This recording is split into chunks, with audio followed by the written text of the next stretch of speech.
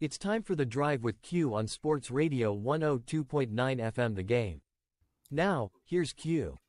Good afternoon, everyone. 4 o'clock straight up on this What the Frig Football Friday edition of The Drive with Q coming at you live inside the friendly confines of the Sports Radio 102.9 FM The Game studios.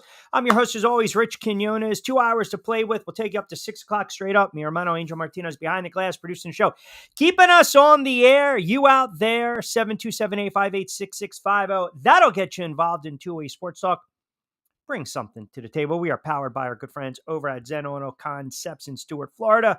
Play It Again Sports and our picks in the 5 o'clock hour from our wonderful friends over at Fresh Roasted Coffee LLC. There you go. The Fresh Roasted Coffee. You'll see the link, 20% off your first purchase in the show notes on the YouTube channel, Rich Q on Q. Oh my goodness. What a friggin' Friday. You've got to be kidding me with everything going on in the world of sports. I mean, you want to talk about guys going from being GOAT to hero. You've got just storylines, the NFL, college football, Major League Baseball, sanctity in NFL locker rooms, head coaches recruiting players and taking them to strip clubs, LeBron saying he's better than MJ. You've got madness on this Friday edition of The Drive with Q. We're going to try to put it all together. John Buhler from Fansided will join us at 4:25. We might hear from our good friend Lloyd Vance sometime in the 5 o'clock hour. Who knows? But as always, you out there, 727-858-6650. And what a Thursday night, unless you're a Milwaukee Brewers fan. Explain it to me like I'm a 5-year-old. The Mets, the miracle Mets. Now, mind you, not a Mets fan. But it's enjoyable to watch. The Mets, Pete Alonso in a walk year, the polar bear who's been ice cold from the plate, much maligned, ridiculed, get him the hell out of town. It's his last at-bat as a New York Met. And what does he do? He cracks a absolutely dramatic 3-run shot, mind you, off an all-star closer in Devin Williams in the 9th inning, and the Metropolitans absolutely stunned, shock the Brewers 4-2, and they win Game 3 of their NL Wildcard Series. And now they get to go right down the turnpike with a little tussle against the Philadelphia Phillies and, of course, your Red October. I mean, you can't script it any better. You can't. I tweeted this out too. I said, somehow I feel like this game's going to end in heartbreak for the Mets. And the Mets have been just a ridiculous storyline. I mean, Francisco Lindor has turned that franchise in the season around. They've had some injuries, inconsistent play. We mentioned, we documented, we highlighted Pete Alonso. We talked to Steve Gardner about this earlier in the week. The Brewers get 2, and you figure, oh man, here we go. Then a quick out for the Mets. And then what do? They figure out a way, like they've done all season long. Look, you always have a shot if you can get a runner on. You always have a shot, no matter what. That game was basically a white knuckler. You get through the 4th, you get through the 5th, you get through the 6th, you get through the 7th. Okay, here we go. And then boom, what happens? You get a back-to-back situation in the 7th, and Milwaukee's rocking. The fan base, the crowd's going nuts. They're up 2-0. And the Mets, again, can't do anything, right? You turn away quietly in the 8th. Milwaukee comes back. They go down 1-2-3 in the 9th. And then Lindor walks. And what do they always say? You never want to walk the leadoff hitter. And he walks. And then Vientos strikes out. And then Nimmo with the single. And then Lindor to third. And then Alonso cracking a 367-foot shot. And oh, by the way, prior to, remember now, he dropped an easy fly ball in foul territory. And you can just see, you can just feel it. He was just resigned to the fact, like, all right, it's just not my day. It's not my night. It's not my season. My time has ended with the New York Mets. And he had a down year. He definitely had a down year. But my goodness, the Mets showing friggin' resiliency. Absolute resiliency last night. And now I don't think this is going to be a cakewalk for the Philadelphia Phillies. I don't. I don't think the Philadelphia Phillies should take the Mets lightly. I really don't. I mean, you're talking about a magical run, and that's exactly what it is. This is what a magical run is what we are seeing. And you have to. You have to just appreciate it, even if you're not a Mets fan. If you are this is why you love sports. If you're a baseball fan, I mean, you have to just embrace it. It's fun to watch, man, because the drama of postseason I believe there's no such thing, nothing. It just pales in comparison when we talk about the drama that is Major League Baseball and postseason play. I don't care. You can get me NHL Game 7, Super Bowl, NBA Finals, Major League Baseball, the postseason, bottom of the ninth, elimination game, last at bats, the drama. It's just that shot last night will live in Met folklore, right? It's going to live in Met folklore. It's a dramatic shot. You go back to Todd Pratt's shot that won a series many moons ago when they beat the Diamondbacks. But now you look at what the Mets have been able to do. And you look at the fact that, players that were maligned, that people wanted out of town. And now you got a shot. You got a shot against the Philadelphia Phillies. It's not going to be easy. It will not be easy at all. I think it's going to be a hell of a series. I really do. But a magical run is what we are seeing. And, write the script. Write the script. Because we might see it with a couple other series. We might. You never know. Tigers and the Guardians. The Tigers thinking to themselves, we're on a magical run. You got the Royals, a team that, if I'm the Yankees, don't get too cocky. And then you got the Pods and the Dodgers who have familiarity. Why? Because they went back and forth in the NL East. And the Dodgers pulled away. The NL West. And the Dodgers pulled away late in the season. So we got high drama in baseball. You got to love it. And then, what happens last night? Thursday night football. Where are the Buck fans today? Where are the Tampa Bay Bucks fans? Where are you in Southwest Florida? You know who I'm to. Oh, why'd you stick the Bucks out of the top 10? How come they're not rising top 5? Last night, prime time. Captain Kirk, my guy, Kirk Cousins. Last night, I kept refreshing. I kept flipping. All right, 150 yards, 200 yards, 250. Wednesday show, what did we tell you? We loved Atlanta in that spot last night. And probably one of the more entertaining Thursday night football games we're going to get and see in a very long time. Atlanta has a clutch kicker. That kid's friggin' clutch. But Captain Kirk making throw and slinging it and just prime time Captain Kirk. Here we go. When it was all said and done, 500 yards. By the way, I have to double check this stat because sometimes I get so giddy when it comes to stats because you guys know I'm a stat nerd. I'm a stat geek. I had to double check, but I think Kirk Cousins last night has more passing yards than the entire Pats quarterback room, which, by the way, I'm going to get into the Patriots in a little bit because there's a topic that I want to really dive into with you guys today, 727-858-6650. But Captain Kirk last night slinging it at home, a nickel, a double nickel, a triple nickel, whatever we want to call 500 yards. And the Falcons get a crazy 36-30 win. I mean, everyone got in on the conversation last night in the dance. And Baker Mayfield actually played well. Tampa Bay couldn't get a stop. You got to be able to get Atlanta off the field. I mean, that's what it's all about. Getting guys out, when it comes to 3 and out. Get them off the field. You didn't get that last night. So we have the NFL. We've got situations right now in the NFL as we have crept on week 5 of the National Football League. And we are at the point right now where it's going to be full-blown panic for some teams. And I'm telling you right now, watch some of these betting lines. Obviously, do your due diligence, vet, look at some of the injury reports, look who's playing, look who's not playing. Malik Neighbors is going to be out. San Francisco's banged up. The Giants are banged up. Bills got a little banged up roster. Washington's coming in a little nicked up.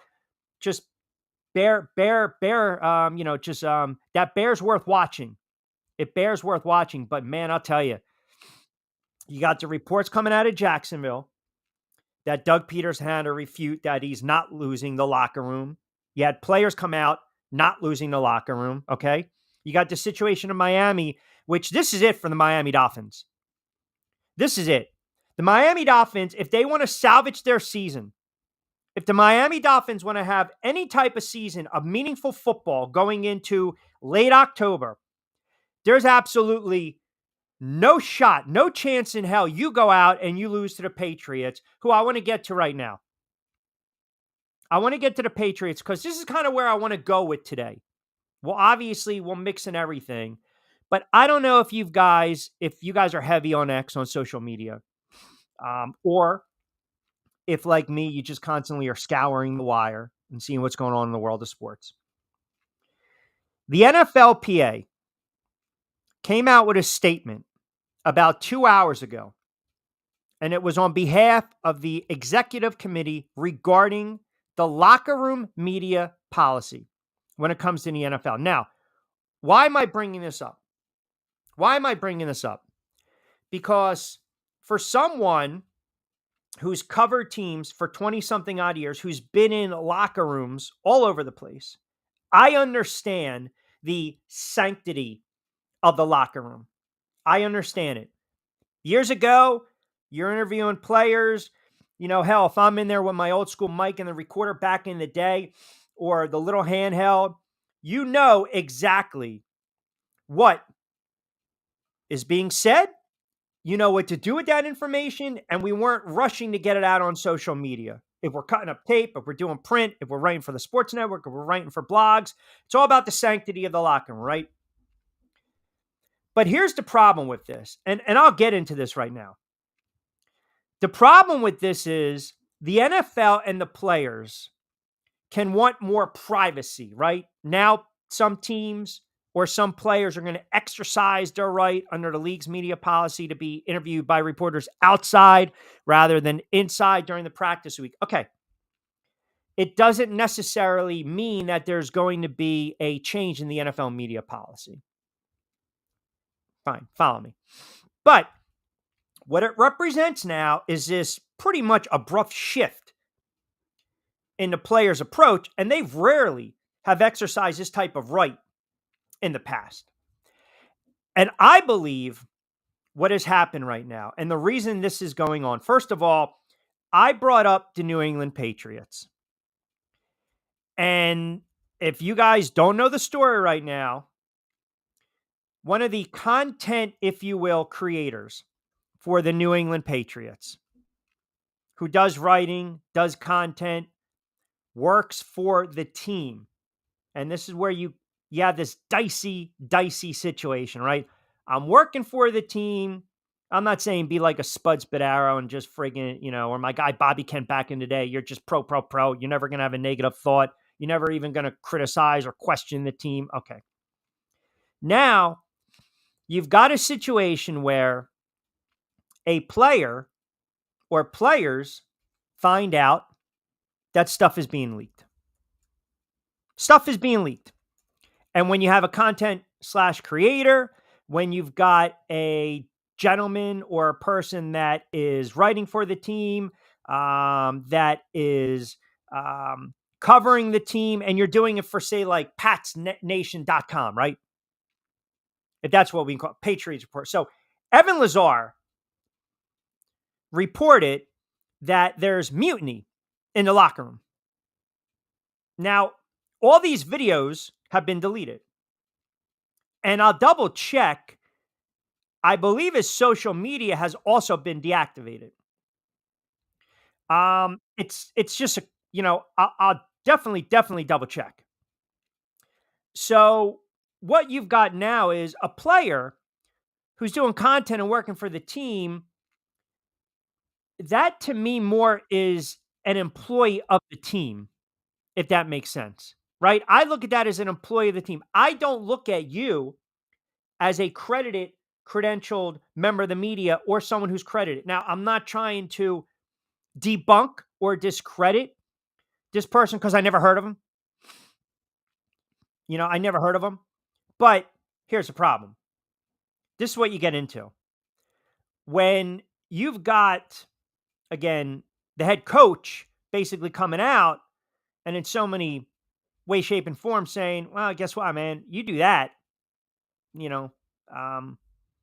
that's not journalism. So if you got a guy that's working for the team and he's on their payroll, first of all, it takes a lot of balls and gumption. And you better have a backup plan. You better have that resume pretty much updated and up to speed and up to snuff. So the leakage that we typically see of in the locker room, now when you have players come out and they're talking about the sanctity of the locker room, well, hold on a second. You mean to tell me in NFL circles, there are not said members of certain teams that are basically thrown information because the owners or the GMs or sometimes head coaches want stuff to get leaked? Am I supposed to believe this whole sanctity of the locker room? I don't want to hear this. Well, sometimes you get some players naked on camera. You know what? Well, that's the camera guy. Get him out of there. Get him dressed. Get him clothed. That's not sanctity of locker room. That's just, you know what? Don't walk by. Go interview somebody. Wait till they friggin' shower and towel up and drape up and put clothes on. Now, this is a situation where the players who, oh, by the way, in the NFL are so quick to leak their own shit on social media. The players who, oh, by the way, are so quick, okay, to go on IG after a win. So you've got the coach who's talking to the players, and we're going to, here we go. What if he says something you don't want? That's why with NFL Films, you get the access, you get the rights. We're going to show you what we want to show you. You got players, what was it, a couple years ago, with the Steelers and Tomlin. You're like, oh my God, Mike Tomlin said that? What the hell is a player going like this? Trying to get an IG story, to get a little clout, to get a couple hits. So the players right now, in one breath, they're saying the sanctity of the locker room. And in the second breath, in the other breath, well, guess what? You're also doing stuff that's not helping the cause. You're also leaking stuff. I understand privacy. And if you want to interview outside, that is your right. I don't have a problem with that. But here's my solution. You had those jerk-offs in Philadelphia, these guys that write for blogs years ago that just show up. They're fanboys. They're fanboys. But yet you're going to give them credentials? And you're going to actually, the ones that cover the team, beat reporters, get no love. They get zero respect. They got to travel. They got the grind. They're constantly covering teams. It's taxing. I'm going to turn around and give a credential to someone who writes a blog, and I'm going to allow them in the locker room to start shit, to stir the pot? How about you vet a little more? I mean, I remember when that happened in Philadelphia. Then you wonder why these players act the way they do. And I don't even need to call them out because they know who they are. So sometimes you got guys that work for radio stations because the stations air the games. That doesn't necessarily give you the right to get credentialed because you're a board op, because you're a producer, because you're an update anchor. Like, vet more. The vetting process, it should be a little more elaborate than just, here you go, you got a microphone. Here you go, you got a press credential. Here you go, you got a check mark. Here you go, you just show up.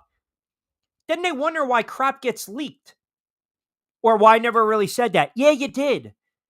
Because in this day and age, this is always on. The camera's always on. The recorder's always on. Like, I respect the players. But I also have an issue with now the players turning around saying, well, you can't come into my house. Yeah, but guess what? When you invite us and you want us in there, and you want us to compliment you on the drapes and the curtains and wax poetic about the new addition, you want that out there. But when you invite us in and all of a sudden the house is not kept in order and the kitchen looks a little dirty, we can't report that. Nah. Nope. You can't have it both ways. Now, listen, this kid with the Patriots, if you're a content creator and you work for, say, like, and again, forgive me, if it's patriots.com, that's one thing. That's one thing, right? I mean, you should not open up Pandora's box and basically blast the organization. You shouldn't do that. But there are good, sound reporters out there that uncover stories. And I was told long ago by players this. They pulled me to the friggin' side and they said two things. If we ever tell you something, we'll let you know on the record, off the record. Okay. That was kind of like and I guess you could say a microcosm. The second thing is you lose our trust, you'll never get it back. So it works both ways. That's all I'm saying. It works both ways, man. You can't be a member of a team and you work for their said site and all of a sudden you're just blasting and ripping and just airing out the dirty laundry. You can't do that. But the NFL, these leagues need to vet better. I'm telling you, I've been doing this for over 20 years. I've been in locker rooms all over the place. I know how it works. And sometimes as much as you want to report something or you want to take that soundbite, sometimes you got to use better judgment. But that's not the state that we're in right now is I got to get clicks. I need clout. I need eyeballs. And I'm not always a fan of that. But like I said, don't invite me into the house and then I can compliment you because the house looks great. But then all of a sudden, if the kitchen is a little dirty, don't get pissed off if I say something. You can't have it both ways. You just can't. All right, 20 past the 4 o'clock hour, just cranking up on a What the Frig Friday edition of The Drive with Q. We'll take a quick time out. We'll come back on the other side. John Buhler is going to join us. Does a great job covering NFL, baseball, college football. He's probably giddy about his Falcons, great writer from Fansided. We'll get his thoughts. We'll go around the sports landscape with him. We'll open it up at 727-858-6650. Don't forget, first portion of the show, powered by our good friends over at Zen Auto Concepts, the number one detailing shop in all of Florida. Check them out online, Zen Auto Concepts. They are located in Stuart, Florida. You can always get social with us at Rich Q and Q at CSN Florida as well. Don't forget to download the app. Our picks at 5:45, week 5 of the NFL. Baseball talk, college football, your calls, your texts, your thoughts as well. 727-858-6650. Cookie timeout. Ion Tampa Bay is the latest news, weather, and traffic for Pinellas, Pasco, Ellsboro, Hernando, and surrounding communities. Stay connected on X, Facebook, and their website, iontp.com. Ion Tampa Bay keeps you informed on breaking news as it happens. Southwest Florida's newest game in town. Sports Radio 102.9, the game powered by Ion Tampa Bay. We'll be right back. Adopt US Kids presents What to Expect When You're Expecting. A teenager. Learning the lingo. Today I'm going to help parents translate teen slang. Now, when a teen says something is on fleek, it's exactly like saying, that's rad. It simply means that something is awesome or cool. Another one is totes. It's exactly like saying, totally, just shorter. As in, I totes love going to the mall with Becca. Another word you might hear is jelly. Jelly is a shorter, better way to say jealous. As in, Chloe, I am like so jelly of your unicorn phone case. You don't have to speak teen to be a perfect parent. Thousands of teens in foster care will think you're, rad just the same. To learn more, visit adoptuskids.org. A public service announcement brought to you by the U.S. Department of Health and Human Services, Adopt U.S. Kids, and the Ad Council.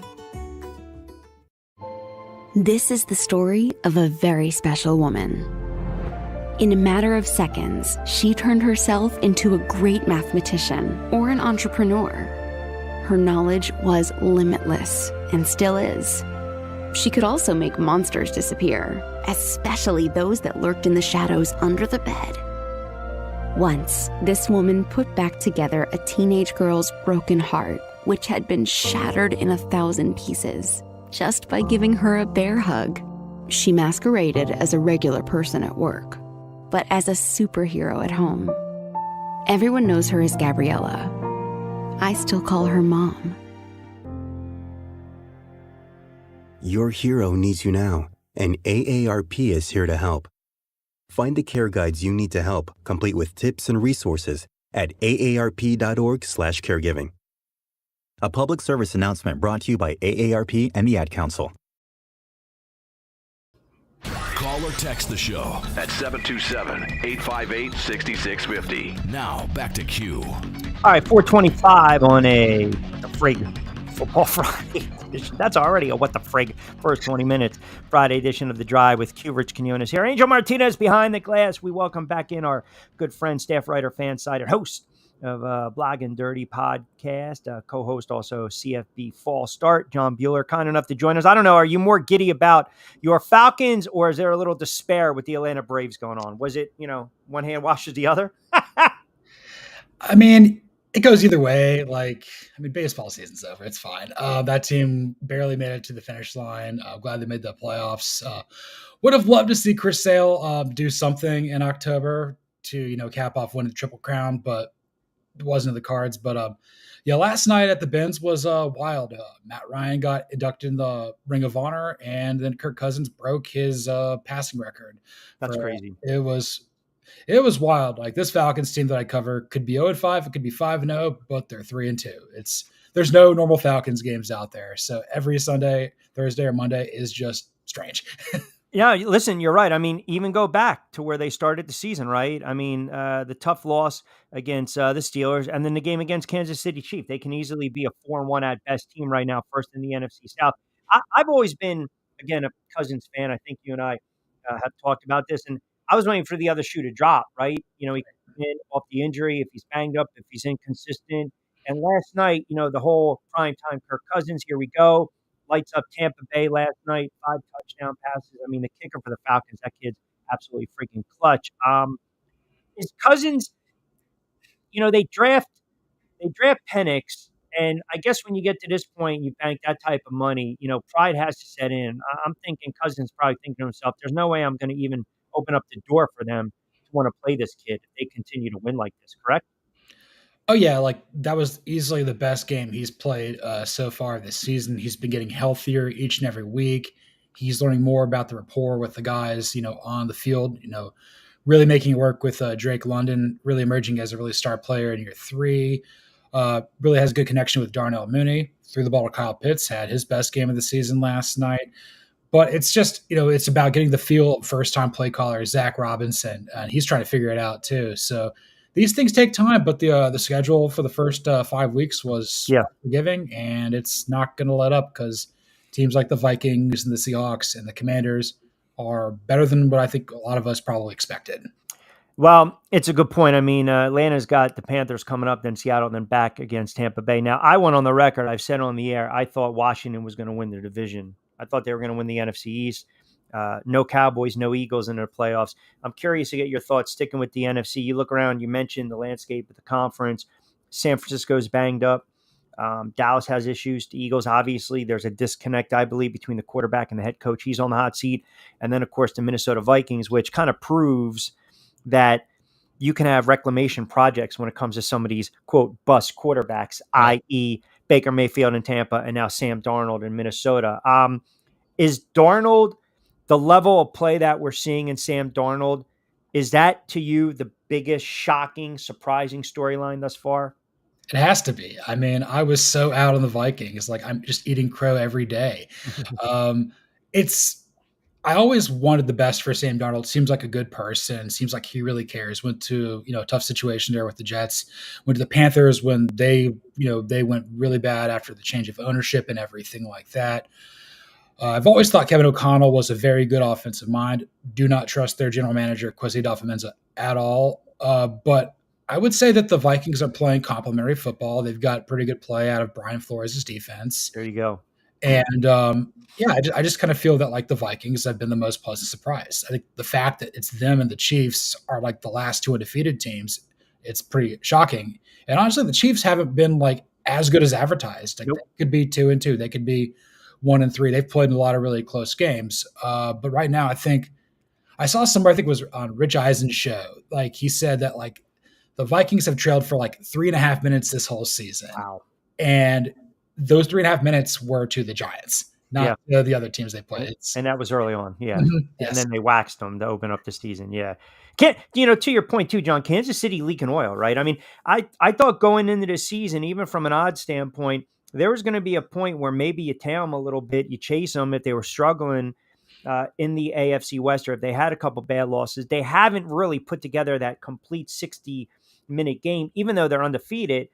You're starting to see the injuries are mounting up. All right, the questions regarding Kelsey, and all of a sudden now let's force feed him the ball. Mahomes, as great as he is, he's still prone to make that back-breaking pick, but he can also take you right down the field, 80 yards with no timeouts left and 30 seconds to go and win the game. So they're an interesting team to watch. Minnesota, you mentioned. I think Washington, once they cleaned house, the enemy, Rivera, and they drafted Daniels. They brought in a defensive-minded head coach. They've got some offensive weapons. They just kind of went about their business, right? And now you look, and they're laying 3.5 at home against a Cleveland team that's struggling.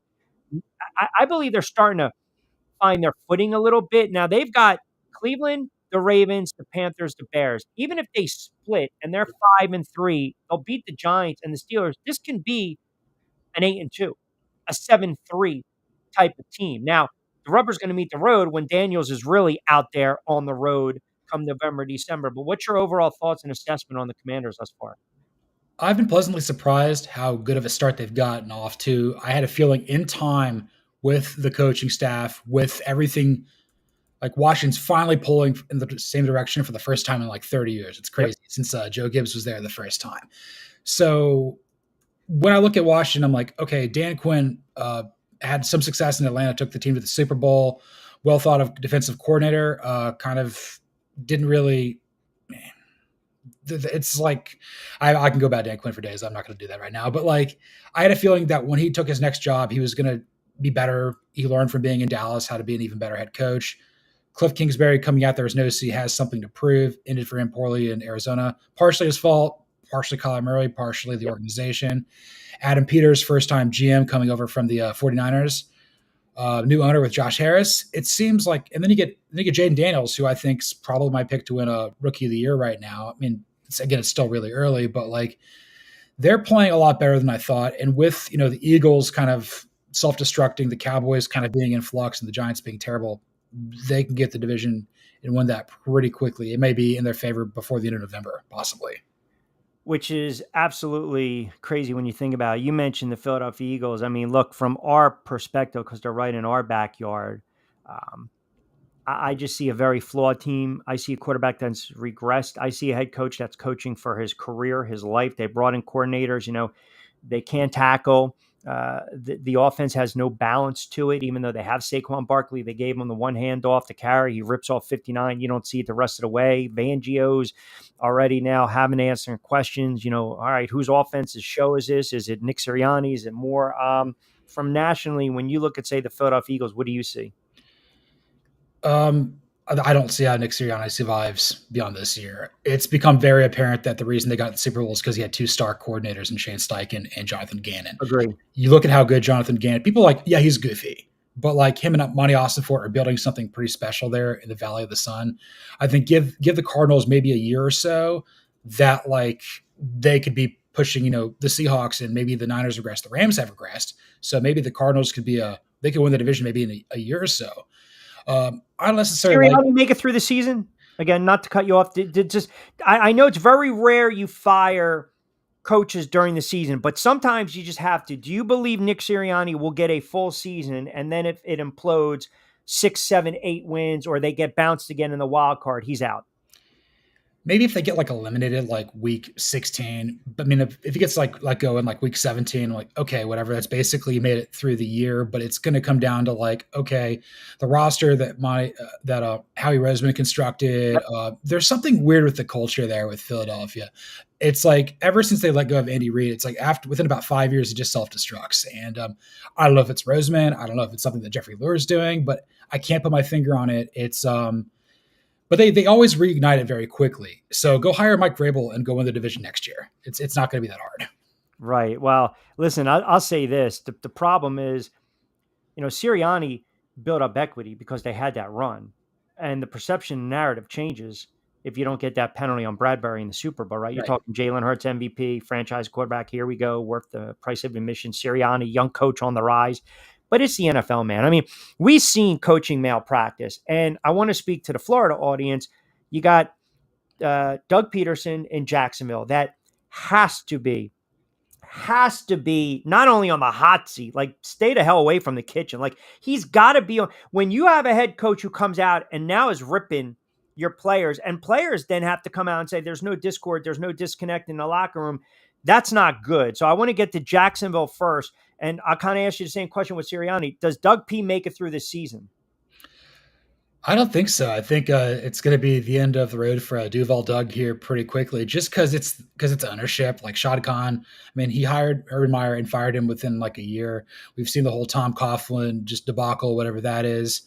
I mean, it's kind of being run like AEW, like Tony Khan. It's ridiculous sometimes, but like, what are you gonna hire? You think Belichick wants to come there? No, maybe. I mean, like, but I think it also comes back to the point where like, I don't know if his Trevor Lawrence is it. Like he lacks grit. I mean, he grew up like locally from me, just out.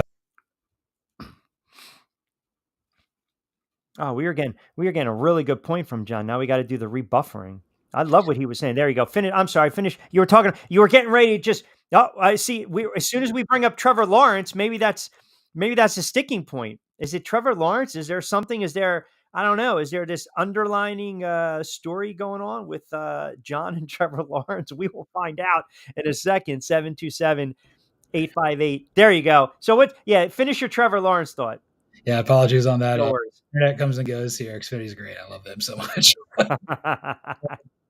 I kind of wonder if he has grit. Like, I feel like he was number one player at Georgia, in Cartersville, Justin Fields down the road there in Kennesaw a little bit. Goes to Clemson. I've kind of wondered, like, if he can, like, play from behind. I know Lamar Jackson gets a lot of flack with that in the NFL, a little bit with the Ravens.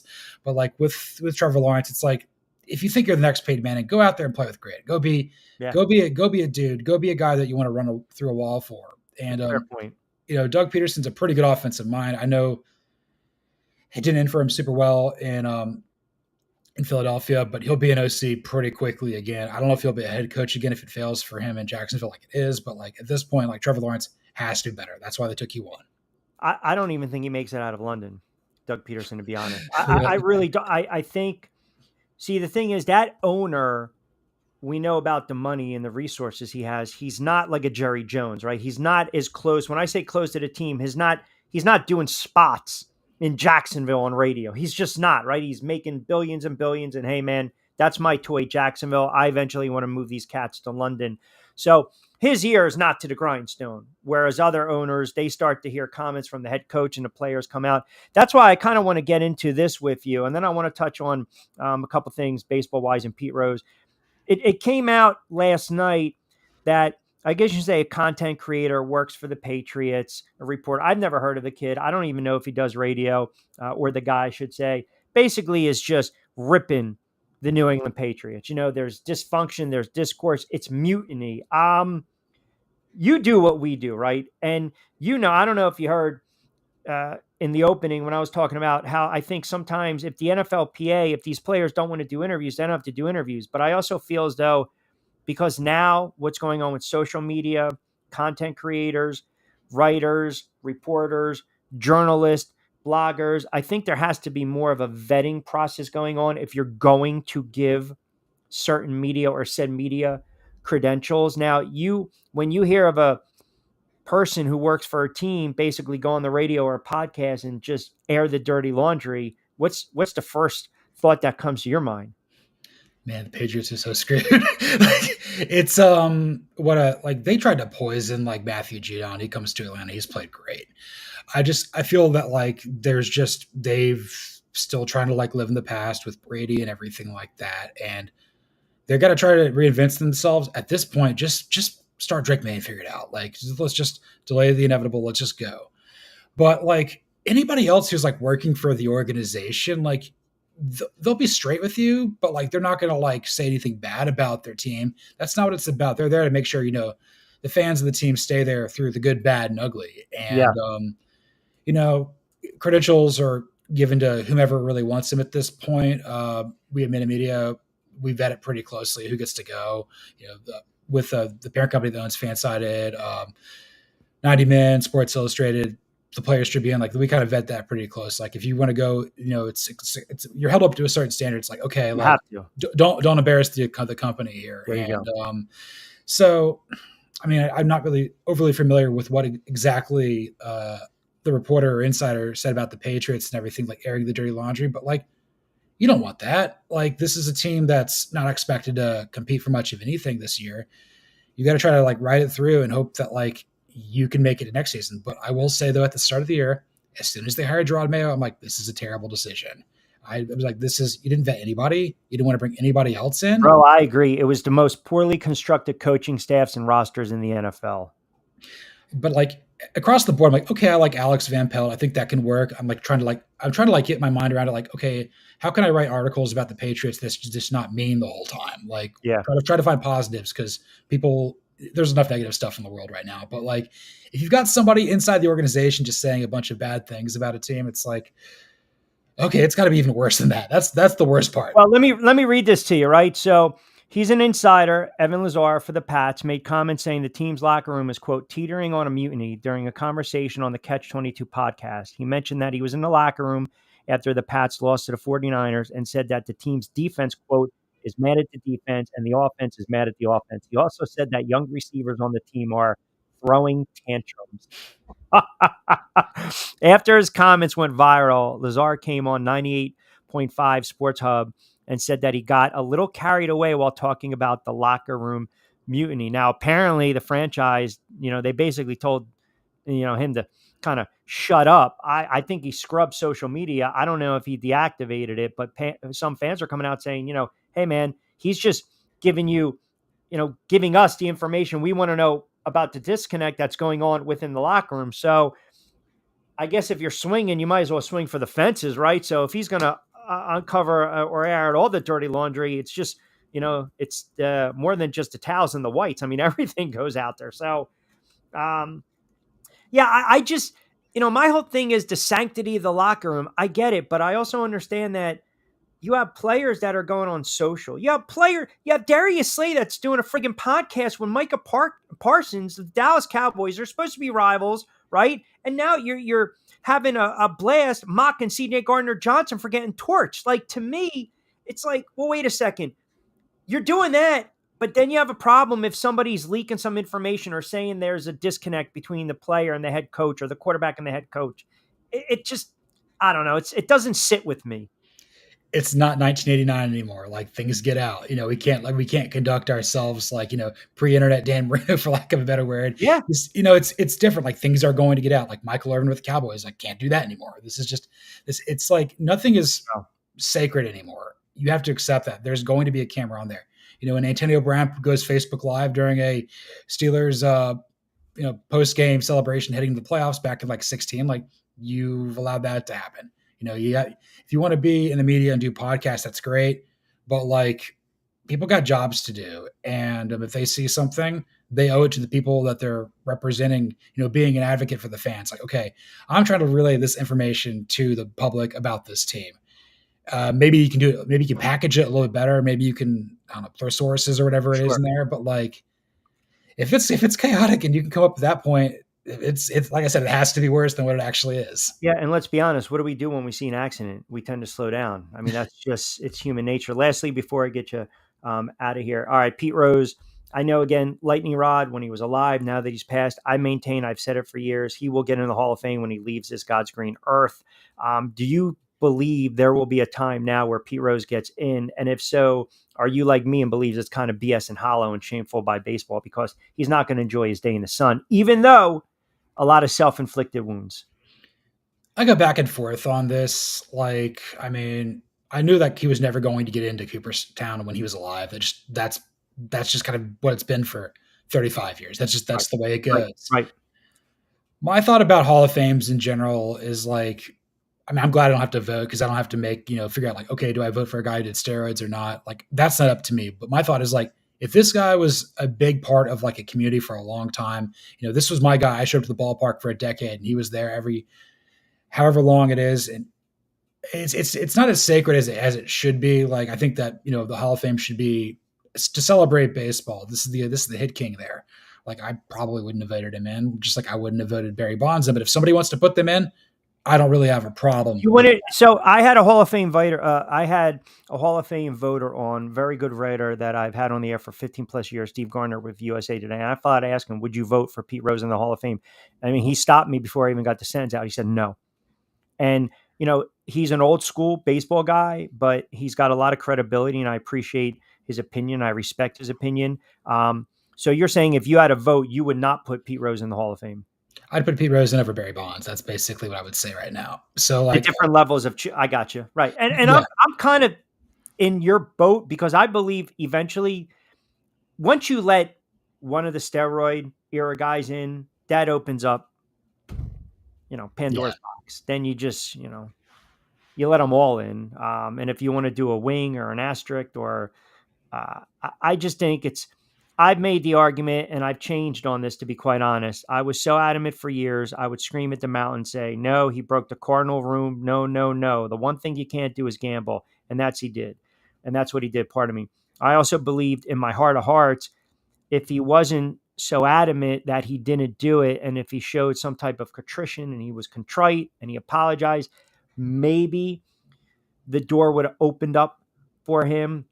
But because he was so desperate to want to get in, it's just, how do you tell baseball? How do you tell baseball without mentioning Charlie Hustle, right? And that's kind of where I kind of grappled with it. Yeah, that's kind of where I'm at with that too. It's like the world's changed since then. Like, obviously, you've got trying to watch the game on ESPN. It's like, oh, just go into ESPN Bet and watch this. It's like, I'm in Georgia. I can't legally do this right now, but like, let's keep Pete Rose out. Or like, right. I guess with steroids too, it's like, at that point, it's like, it's on baseball to monitor, and they did a terrible job of that, and got tremendous ratings. They got tremendous pushback. It's a tough spot for like a voter. If I had a ballot, I would probably fill it up to 10, the maximum every time. Just like, let's have more fun. Like, let's celebrate the game, as opposed to like be gatekeepers of it. Cause like, I played baseball a little bit. Like, I was a decent high school baseball player, but like, I'm not going to get to that level. Right. What's up to me to prevent somebody else from like being like one of one, or like the 1% of 1% of the 1%. Yeah. Like, it's not fair. Like, come on. Yeah. I'm not. Yeah. Put more people in the Hall of Fame. It's fun. Who cares? Yeah. The only thing I would not even push back, I would just say, because maybe it's me, I'm hyper critical and sensitive to that, because I'm a historian, and I believe what happens is we get to the point where it's compilers. Yeah. Right. And Harold Baines is not a Hall of Famer. He's just not. But I can turn around and tell you that Fred McGriff is. If we want to go WAR, if we want to go stats, if we want to go impact, I don't want to take away from somebody's day, right? But it's the Hall of Fame. It's not the Hall of very good, right? It's not the Hall of character or the Hall of morals. That's why I think it's going to be so compelling now that my guy's up for the Hall of Fame, right? Eli Manning, and I'll scream tooth and nail for my guy number 10, but everyone will just look at the record. They'll forget the playoffs and the rings and the, perception the defense carried them. And I will just be pounding on the table saying, look, my guy Sims should get in. Yeah. And even as a kid, I was very distraught that Phil Simms never got in. Yeah. So now I have to kind of go to bat for number 10. Yeah, my dad kind of looks like Phil Simms a little bit. Oh, so like, that was like his doppelganger. And my dad. He didn't go to Morehead State, did he? No. He did grow up outside of like in Rockland County, so like a little bit. Okay. Yeah, but like you're right there with Eli Manning and Phil Simms. Like I'm right there with Matt Ryan too. It's like it's the Ken Andersons, the Randall Cunninghams, the Boomer Esiasons, Donovan McNabbs. It's like Phillip Rivers, it's all right there. And it's so frustrating because we saw them play for so long and be so good for so many Sundays. And it's just like, come on, like Kurt Warner had like 4 good years. Like listen, and two different franchises, right? It's so subjective, man. But listen, I know we're tight. As always, great stuff. Hey, everyone, give John a follow on X. BUHLER 118, John Buhler, staff writer, fan side. It does a great job. Check out the pod as well, Blogging Dirty, and also co-host CFB False Start. covers everything: college football, NFL, UGA, Falcons, his Braves that are bounced out, but give him a follow. He's outstanding. Appreciate a couple moments as always, man. Can't wait to get you back on, John. Thank you. Yeah, thanks for having me on, Rich. Enjoy it as always. Got it. Thank you, my friend. That's great stuff. That is great friggin' content, man. That's really good stuff from John. And he brought us some really interesting points too. But, I always have this argument with people when we talk about watered down, because if you look at all what are we looking at, right? What are we looking at when we talk about Hall of Fames? Are we looking at compilers, stat guys? Are we looking at the burst, the 3, 4, 5 years? I mean, Terrell Davis was a good running back. And he had obviously a couple historic seasons, but he also had a very short career. But he made his bones in the playoffs, right? And plus, when you rush for over 2,000 yards, you got some credibility with that. All right, we got a couple minutes to play with an hour number 1. We'll do some reads on the other side. We'll take you up to 6. Keep it locked in on a Friday edition of The Drive with Q. Ion Tampa Bay is the latest news, weather, and traffic for Pinellas, Pasco, Ellsboro, Hernando, and surrounding communities. Stay connected on X, Facebook, and their website, iontb.com. Ion Tampa Bay keeps you informed on breaking news as it happens. Southwest Florida's newest game in town. Sports Radio 102.9, the game powered by Ion Tampa Bay. We'll be right back. Hey, Dad, your prescription will be ready in just a minute. Hey, Dad. Your laundry will be ready in just a minute. Dad, your lunch will be ready in just a minute. Hey, honey, why don't you take a minute? When you help care for a loved one, you give them as much time as you can, making sure they're safe and comfortable. But it's just as important that you take some time for yourself. At AARP, we can help with information and useful tips on how you can maintain a healthy life balance, care for your own physical and mental well-being, and manage the challenges of caring for a loved one. Because the better care you take of yourself, the better care you can provide for your loved one. Thanks, Dad. Thank you. You're there for them. We're here for you. Find free care guides to support you and your loved one at aarp.org/caregiving. That's aarp.org/caregiving. A public service announcement brought to you by AARP and the Ad Council.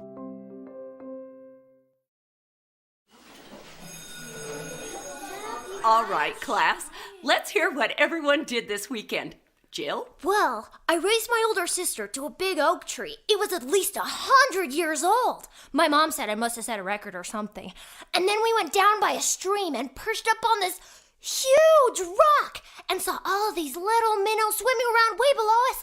And then I rescued my little brother from an evil slug king who was guarding him at the bush fortress. And my sister and I brought him back to our super twig fort for safety. And then we all laid out and told stories until it got dark. And the Big Dipper led us all the way home. Wow. Awesome. Where were you, Jill? Yeah. We went to the forest. It's not that far away. Anyone want to come this weekend? Ask your parents to take you and your friends to the forest this week and find the fun, adventurous you. It's closer than you think. Check out discovertheforest.org. Brought to you by the U.S. Forest Service and the Ad Council. Download the Sports Radio 102.9 FM The Game app and tell your friends that Florida has a new leader in digital sports radio. Yeah. Tell your friends. Tell your friends. Tell your friends. Kind of like that liner. Can we hear that again? Can I hear that liner again? I kind of like that. I like how Bumper Guy. I miss Bumper Guy.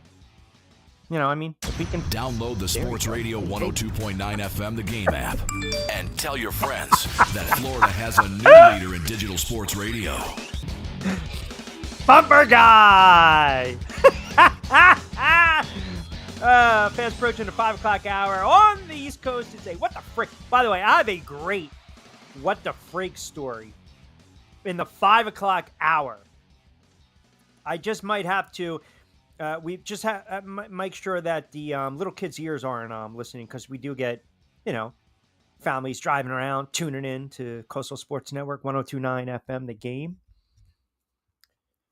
See what the peeps say on this Friday, 727-858-6650. This is why I love the listening audience. Because every effing word that comes out of my mouth is put under the microscope. My guy Vince. Come on, Q Sims. 199 touchdowns, 157 interceptions. Not top 25 yards besides a chip. He was 22 of 25 for 268. 3 touchdowns in 1986 in the Super Bowl. 39-20 Giants. Statistically, the greatest game a quarterback has ever played in a big spot. Plus, he was a fantastic cold weather quarterback. Number 11's got to get in one day. Oh, the Bunker Boys decided, why not? We'll come on a Friday. Commanders are a paper champion. The only 4 teams you have cooked on this very show. Listen, I'm telling you right now. Oh, beat. That's what I was going to say. Cook beat the same thing. Commanders are legit. I don't care if they go out and they lose to the Browns. If they beat the Browns, they're probably going to come back down to earth and lose to the Ravens. But then they got the Panthers, the Bears, the Giants, and the Steelers coming up. See, this is the problem that we're coming into right now. I don't want to step on the dog. Here's the problem that we're coming into. The Eagles fan, they're starting to get nervous. The Philly fans getting nervous because the Philly fan knows that the Mets have a little mojo. They got a little mo coming. They got mo right now in the form of Lindor and Alonso. So the Red October, the yap, the Philly fan, they're high above in the mountains. They know it's going to be a series against the Mets. The Eagles fans, you don't have to worry about losing this week because you guys have a bye. But point being is this. There is such a disconnect going on with this team right now. It would not shock me, okay?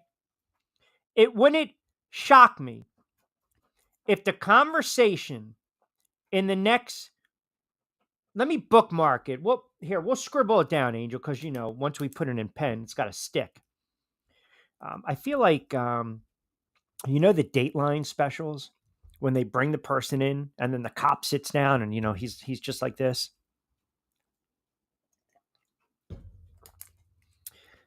Tell me where you were last Saturday night when your wife disappeared. They kind of rock back in the chair. I feel like I'm doing that with the Eagles fans right now. I'm going to interrogate them. I really am.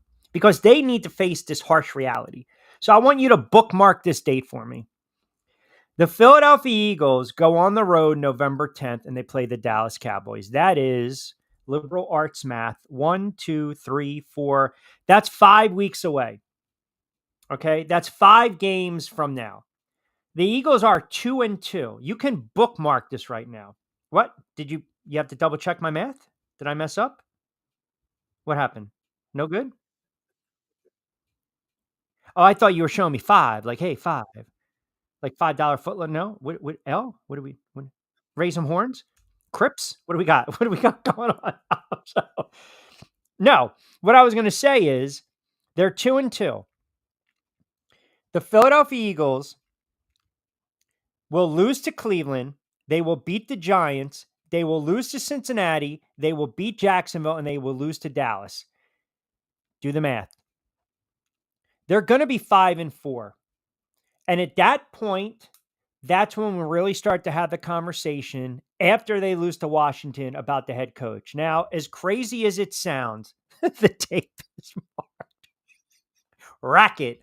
As crazy as it sounds, if this thing really goes south with the Philadelphia Eagles and Jalen Hurts continues to regress and Sirianni, because now you're starting to look at the offense, that's a Sirianni-tailored offense.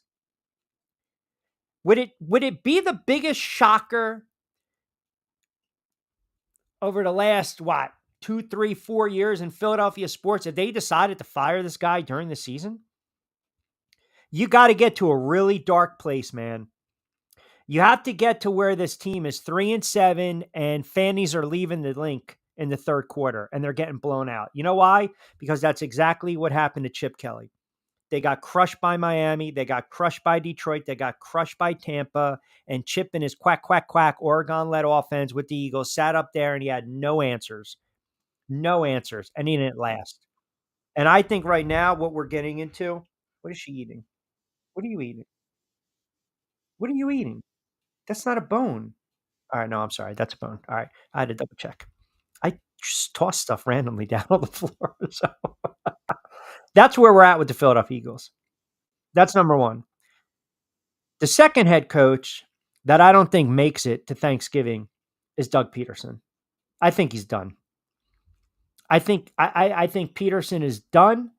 And to John's point, Trevor Lawrence has certainly regressed, but you cannot come out and start ripping the team. You can't. That's number two. And here's my shocker. If the New England Patriots really, really just turn around and win 2 games, 3 games, and they're getting blown out, they're not competitive, and these reports that this, I guess you can say, member of the team, media, content creator, whatever, are true. And what he's saying is true.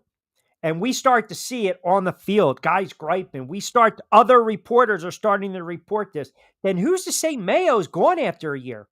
Now listen, Belichick's not coming back. And I don't believe Belichick's going to go to Jacksonville. And I actually had a buddy ask me this the other day. Can you foresee a scenario where, and I actually texted this to him because he wrote back, get the you-know-what out of here. I said, can you foresee a scenario? So I guess you'll hear it for the first time now, where the Eagles fire Doug Peterson and they go after Nick Saban.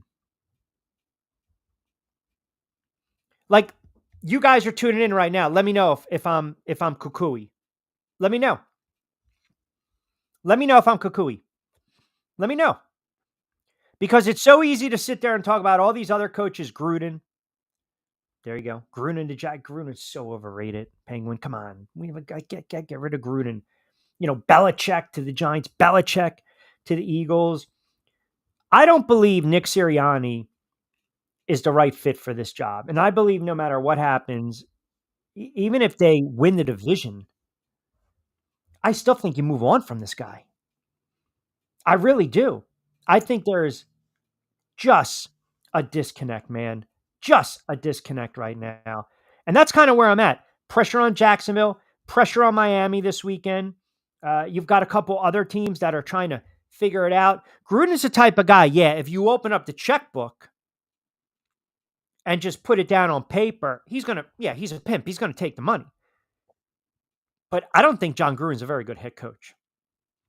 Got to remind you, it's 5 o'clock straight up on a Friday edition of The Drive with Q. Rich Quinones here. Me, Armando, Angel Martinez behind the glass. This is Sports Radio 102.9 FM, The Game, part of the Broad Street South Network and Coastal Sports Network. We'll take up to 6. We'll keep it here. We'll keep the conversation rolling along. 727-858-6650. Let me see what Facebook has to say on this What the Frig Friday, which, by the way, I will give you that story right after we do our picks around 5:45. Jeff in Mass chiming in. Q, caught the show last week. Big time listener. Appreciate the content. Very entertaining. I know you're talking a little bit about the Patriots. You got to really read deep into that reporter story. He's actually had some things leak out in the past. This is nothing new. I think what's going to happen now is they're going to pull him to the side and they're probably going to fire him, which is going to cause an outrage by the fan base. You cannot leak this kind of stuff having access to the players. There is a trust issue. Obviously, he didn't follow suit. Yes and no. Yes and no.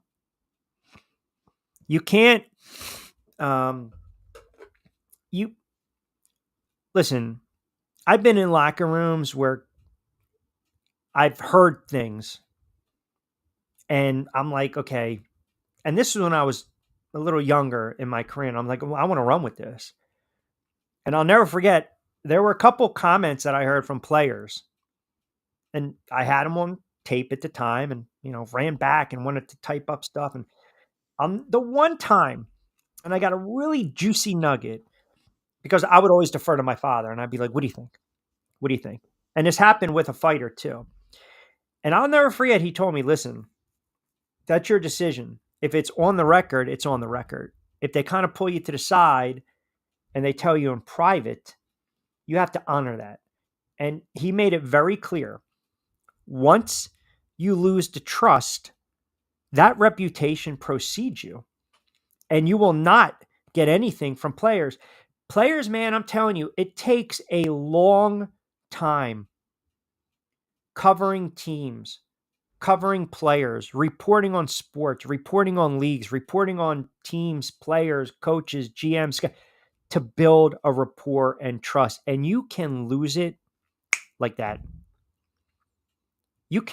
I had a boxer's father once. I did an interview with his son, who was a very good welterweight.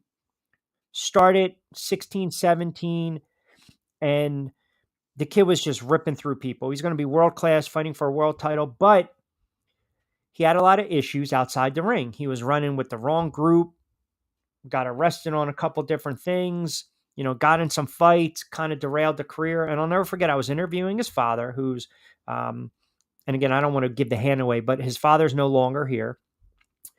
And I asked him at the time, why do you think your son is not advancing with all the talent in the world that he has? Why is he not where a lot of people expect him, including myself, to be right now?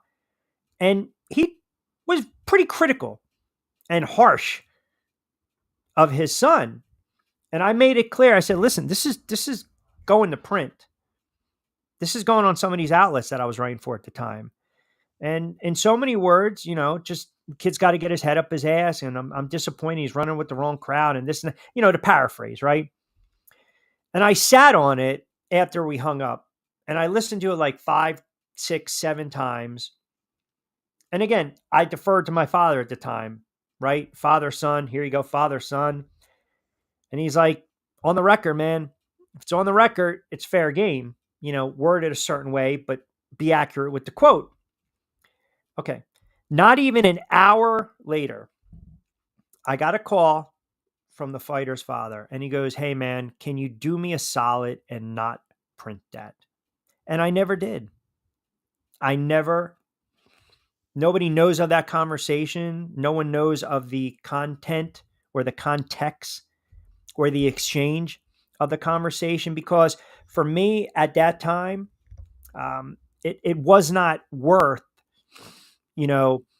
having this kid get ready for a big fight and maybe be called into question his training or his professionalism or his lack of motivation or his immaturity or stuff that's happened outside the ring. And then it sheds a bad light on his father. Now, could have taken the easy way out, right? And you get the clout and you get the clicks. Wasn't looking for that. And by the way, social media, wasn't where it was like that several years ago.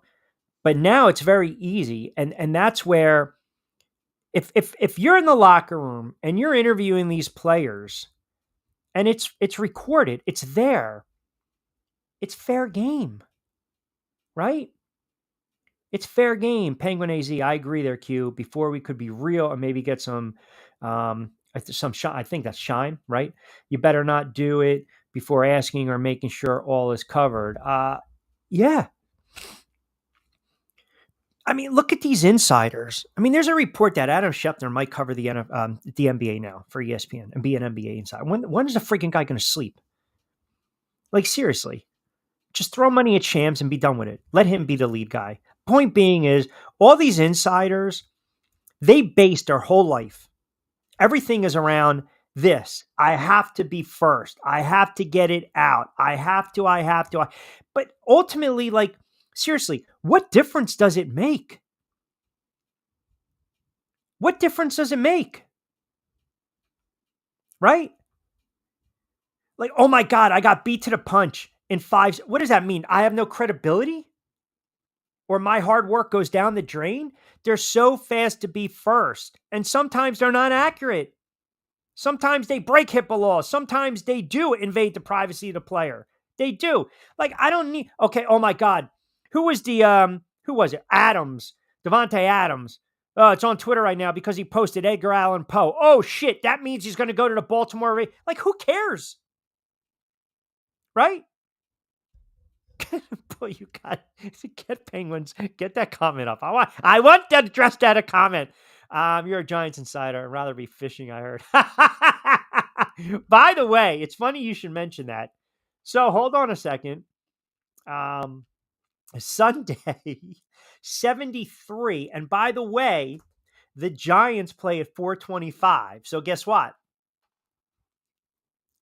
Back in at 425. Fox national window against Seattle. Here we go. Catch and release. It's a fun topic to discuss because you leave yourself just so open. You really do. You really do. All right. So you got week 5 on the docket in the NFL. I looked at some of these lines. Jets, Vikings, London, Minnesota's laying 2.5. I know everyone's thinking the Jets are going to turn around right now, right? The Jets are going to turn around and right back at you, brother. The Jets are going to turn around. London, Aaron Rodgers. I don't believe it's happening. I really don't. I think Minnesota's legit. I think everyone's waiting for the other shoe to drop with Sam Darnold. He's not turning the football over. They're keeping him upright. Now, am I going to lay 2.5 Minnesota in this one in London? I'm not so sure. So I got a couple look but don't touch games. Panthers and the Bears, one of them. I don't like Williams. Andy Dalton, who the hell knows if he's going to throw for 500 yards or maybe a $186. Chicago's laying 4 at home to Carolina. Chicago's dropped 2 out of 3. Their offense has been anemic. All right, they broke out a little bit against the Rams, but they also scored 16 and 10 respectively the first 2 weeks of the season. I'm not touching this game. If you guys want to go, you want to have fun with this game, you want to grapple, you want to find, you want to whatever, you want to put some shekels on this game, I'm not touching it. I don't like this game at all. Yes, incredible shrinking Hermano. I see you in this game. No, Minnesota this week. So normally I'll do my top 5 for the week. But I never add the Thursday night games because obviously we're not on Thursday. So I'll save the ones for the weekend. But hold on. Wednesday we gave everyone Atlanta. No, we did. That's what I'm saying. But what I'm saying is I normally, because we're not on Thursday, so I scratched it off and just wait for the weekend. I got you. For the weekend picks. But no, I think to me, Minnesota, I don't care if the Jets are in freaking London or not. I don't think Aaron Rodgers turns it around. I mean, you couldn't beat Denver, which is a rebuild team. Yeah. Sam Darnold right now is playing pretty good football, almost close to lights out. So I don't see how the Jets pull one off of Minnesota unless Minnesota gets some crazy jet lag. And then the other thing, too, you were mentioning earlier on, as far as saying, like, all these people, like these social media influencers, I saw it firsthand when I went to the college game and I was covering that game, where it's like, how do we give away people, like, basically passes to say, oh, what, you take selfies? All right, come on upstairs. You're good. Because I'm going to tell you, colleges, it's different, right? And the market you're in Florida, with all the colleges in Orlando and Tampa, Miami, and Jacksonville, any press is good press, right? Any press is good press. So the college, a little different. When you're going into a professional locker room, right, during the week or after the game, I mean, we know sideline report. I know sideline reporters. It's a thankless job because, the coach, they're only prepped so much during the week. Hey, if we get you during the half, I'm probably going to ask you about X, Y, and Z. Here's the scenario. They're not going to give you anything. It's a thankless job. And I know people can't stand sideline reporters. But then if there's a sideline reporter that gets a coach to say something that he probably shouldn't have said, everyone loves a sideline reporter, or everyone's saying, oh my God, I can't believe the coach said that. So again, damned if you do, damned if you don't. My point is during the week, right, when you have access to these players, back in the day when you were covering the Eagles, it was basically, unless you were certain people that don't even need to be named, you got one question to ask for Andy Reid. That was it. And if you did a follow-up, you got a side eye. Giants a little more different, a little liberal. Pat Hanlon, only thing he asked is, if you're going to be credentialed, show up to every frigging game. And I did. Other teams I can't speak of, even though I covered a couple games in Washington and with the Jets and, the Phillies. Give us at least 50, 60 games. Okay. It's 162 games, right? Give me access to 50 home games. Not a problem. Driving up to Shea back in the day to do the Mets, cover those games. So it's different, man. I'll never forget. I was in the Giants locker room and I just missed Michael Strahan. Just missed Strahan after all the stuff he was talking about, the seasons in the toilet and the tank. And he sat up there with a pretzel and he was chewing and he was getting all, just nasty with the media. And I'll never forget. I was like, Mike, can I grab you for a minute? He's like, get on fucking point. In so many words, like, get on fucking point, like, do your job, get here on time. Well, I was talking to another player, but you learn it's the wild, wild west in there. It's the wild, wild west. So if I have access, I want to take advantage of it. But I also want to be professional. I don't want to be a fanboy. I want to be credible. I don't want to be a fanboy and all of a sudden I hear some. You have to have common sense. And common sense to me is not working for a team and then airing the dirty laundry. Right. It's just not. I mean, listen, this kid, if he loses his job, it's a hard lesson to be learned. It really is. Because now, if you want to go work for a network and you want to get credentialed, do you really think they're going to give you access to the Patriots? Nope.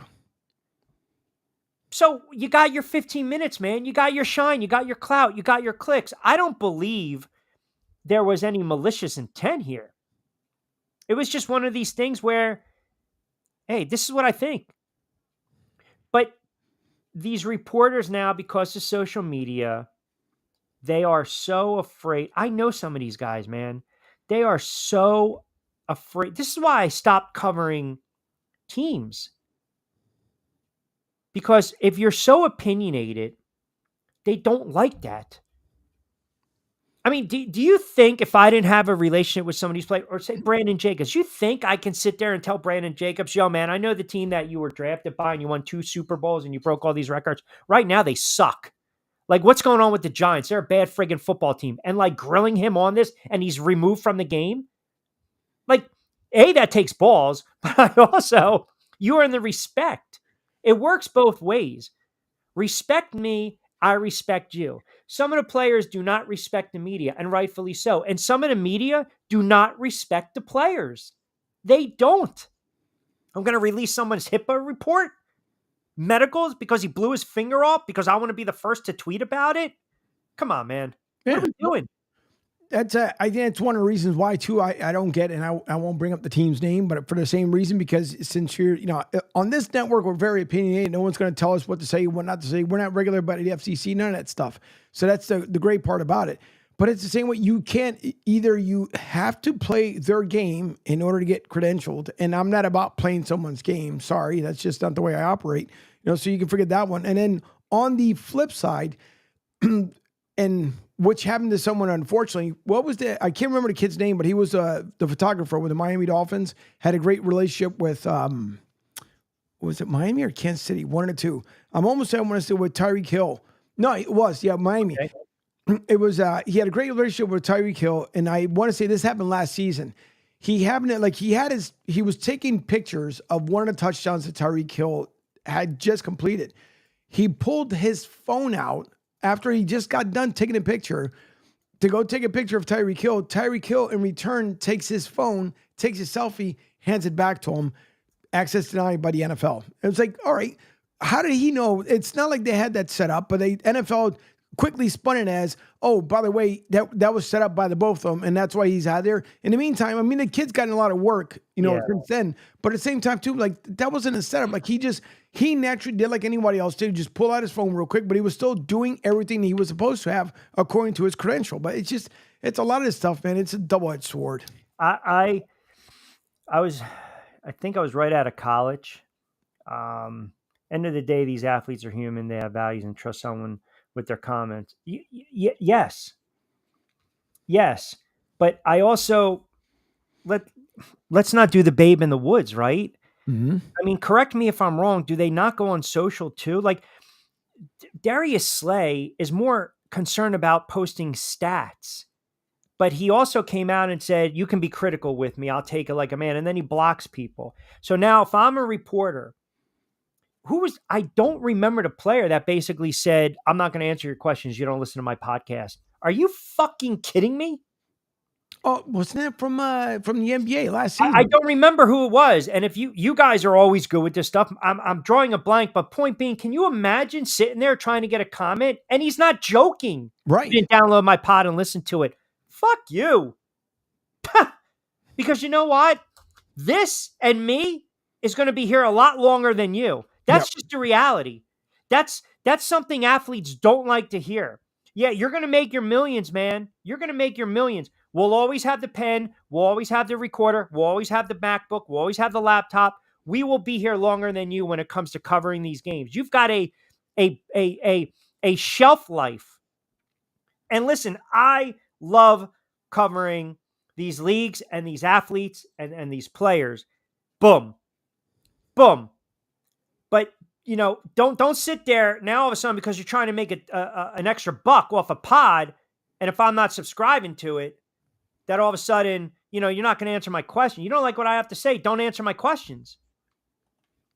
It's just vet harder. Vet harder. And I get where the players are coming from. But man, if I'm working for a team, what the hell am I smoking or joking? And I turn around and I'm going to leak crap like that and say the Giants locker room is dysfunctional.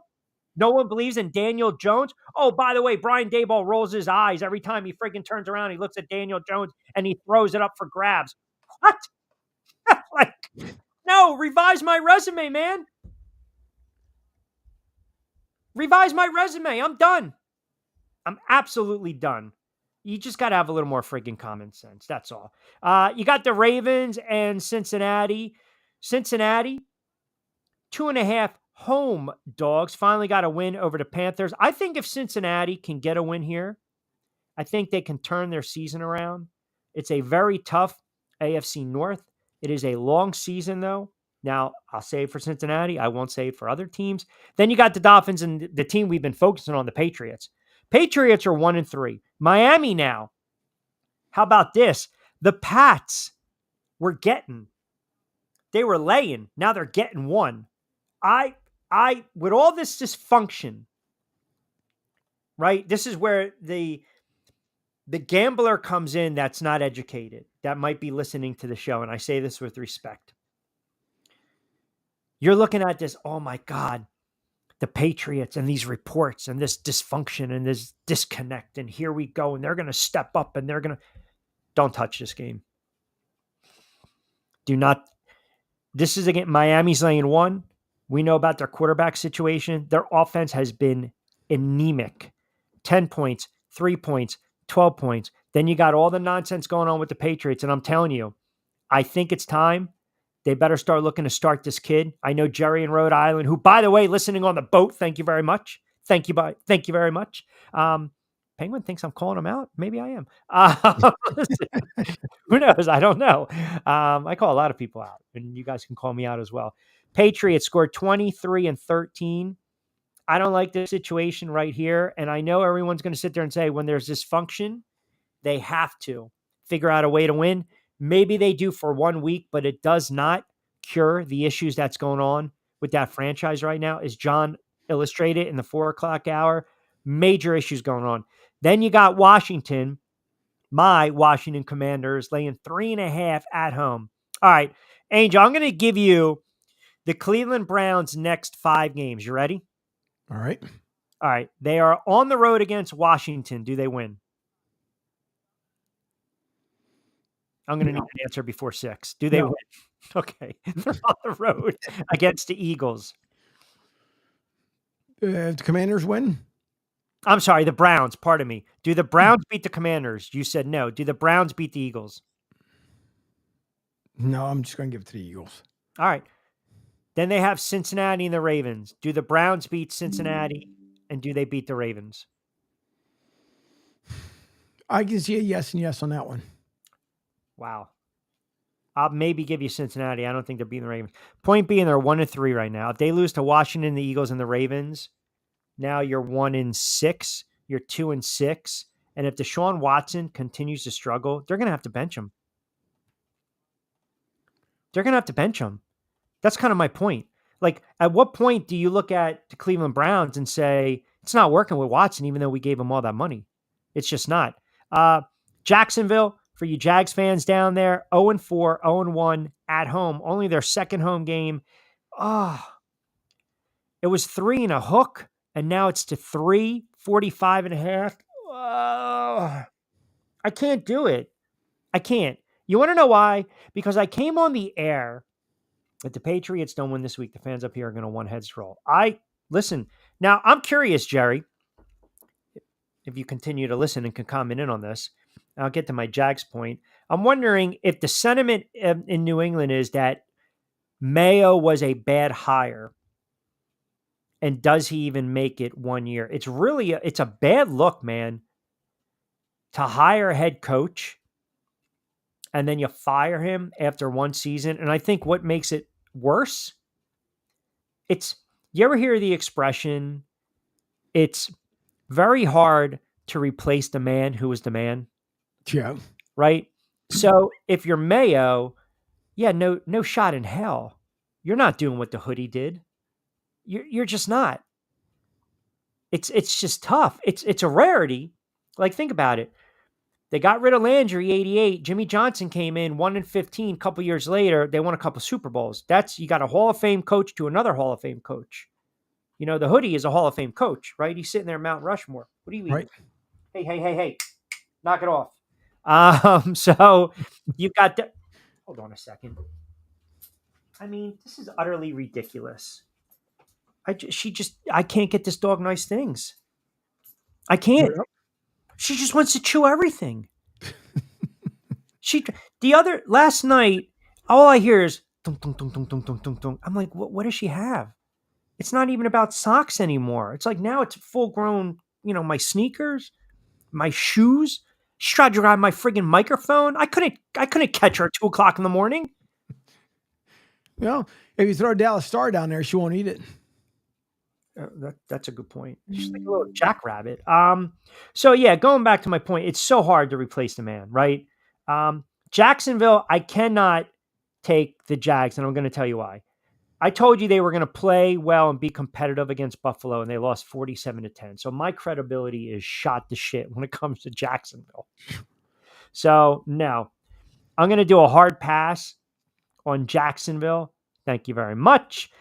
Raiders and the Broncos. Denver's laying 3. That might be one of the games I spotlight with the picks. Bills. Here's a really good 1:00 CBS game. Buffalo. They got humbled and waxed by the Ravens. Texans are 2-0 at home, 3-1 overall. They're laying 1. Total is 47.5. I do like the Bills in this spot. I think they're going to rebound. They got humbled from Baltimore. They just got to figure out a way to stop the ground game. And if they can do that, they're going to be able to put up some points. This can be a high-scoring game. Lots of discussion about that. Most say GM and Van Pelt will be gone next year. Okay. All right, Jerry, I appreciate that, pal. And thanks for listening in on the boat. That's pretty awesome. That's a good comment. That's a real good comment. Nice little take up there going on in Boston. Because I like to get the pulse, right, of the fan base. So I do like the Bills in this spot this week. I'm not going to highlight them in the top 5. I'm kind of giving my hand away with that. Arizona, the 49ers. 49ers are banged up, laying 7.5. Arizona, that was one of the teams I had pegged for the playoffs. If you remember, I was pretty high on Arizona and Kyler Murray. Total is 49.5. You got a pretty good slate of 4:00. Green Bay. I don't know what people saw in the Rams that made them think they were going to be a playoff team. They're old. They're banged up. Yep. They got a bunch of injuries. Mm-hmm. And I wasn't seeing it. And they had to win against the 49ers, and that's because the 49ers spit the bit late. I mean, you lose to the Bears? No. Here is a spot where if you're the 49ers, if you're the Packers, this is kind of the spot where you get right. They had to come back. They lost by 2 against the Vikings. Love came off injury, had a rough game, put up some yards, had a couple bad picks, but now knocked the rust off. Here we go. I mean, the kid threw for over 380 yards, 4 touchdown passes, and 3 picks. One of them was really, really, really bad. But this is kind of like your get right spot if you're Green Bay. So that's a good game to watch. You got Giants in Seattle. Seattle's been a house of horrors for the Giants. I'm surprised this line is 7, no neighbors. I don't think Singletary's going to play. It's not going to shock me if this line closes at 8. I don't like the Giants to even sniff covering this game. Then you got the Cowboys in Pittsburgh. Man, think about this. Pittsburgh, 3-1. Now, this is recency bias. The Pittsburgh Steelers are 3-1. Justin Fields has kind of come back down to earth a little bit. The Dallas Cowboys are 2-0. Now, granted, they're 2-0. They're 2-2, but they're 2-0 on the road. They weren't overly impressive against the Giants, but a little more rested. Sunday Night Football, which to me is almost like an extra day. Here's a spot that I really like the Dallas Cowboys. I really like the Dallas Cowboys in this spot.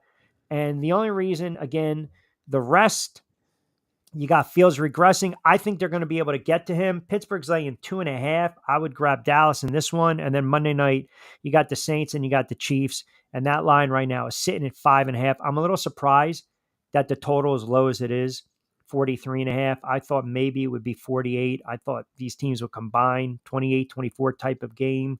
And the Chiefs, even though they're 4-0, they are very imperfect 4-0. They won by 7 against the Ravens. They just beat the Bengals, right? They beat them late by 1. Mm-hmm. They got a gimme call against the Atlanta Falcons, and then the Chargers just can't get over that hump. Is it coincidental, though, that after 2 weeks of these goofy two per night on Monday nighters, that all of a sudden we go back to a single game just because of the Chiefs? I think it was a scheduling, just not even a quirk. I think, they sometimes highlight that. They do that early on in the season. Hey, you better knock it off. I just never been a fan of this whole freaking double Monday nighters. Right. It's silly. I understand, East Coast, West Coast, I get it. Like if you wanted to start one at 7:30 here on the East Coast, all right, fine, I get it. And then the 10:30 one on the West Coast, because obviously for them, it would be 7:30 for them at that point. They've been able to watch both games. But, you start one off at what, 7, maybe 7:15. The other one's directly at 8 or 8:15. It's so dumb. No, listen, I mean, it's all the scheduling quirks, right? As long as they make their money, they get those extra games. All right, 5:32. Quickie timeout. Got to remind you, we are from our good friends at Fresh Roasted Coffee. You'll see the show notes or back your play and the graphic comes right up on Johnny on the spot. Back your play portion of the show, 20% off your first purchase, BYP20. We'll do that with the picks at 5:45. And then I do have a what the frig of all what the frig stories. I mean, you guys are going to need a shower after you hear this one. We'll take it up to 6 o'clock straight up. Keep it locked in on it. What the frig? Football Friday edition of The Drive with Q coming at you. Also, the comments, keep them coming. 727-858-6650. Ion Tampa Bay is the latest news, weather, and traffic for Pinellas, Pasco, Ellsboro, Hernando, and surrounding communities. Stay connected on X, Facebook, and their website, iontp.com. Ion Tampa Bay keeps you informed on breaking news as it happens. Southwest Florida's newest game in town. Sports Radio 102.9, the game powered by Ion Tampa Bay. We'll be right back.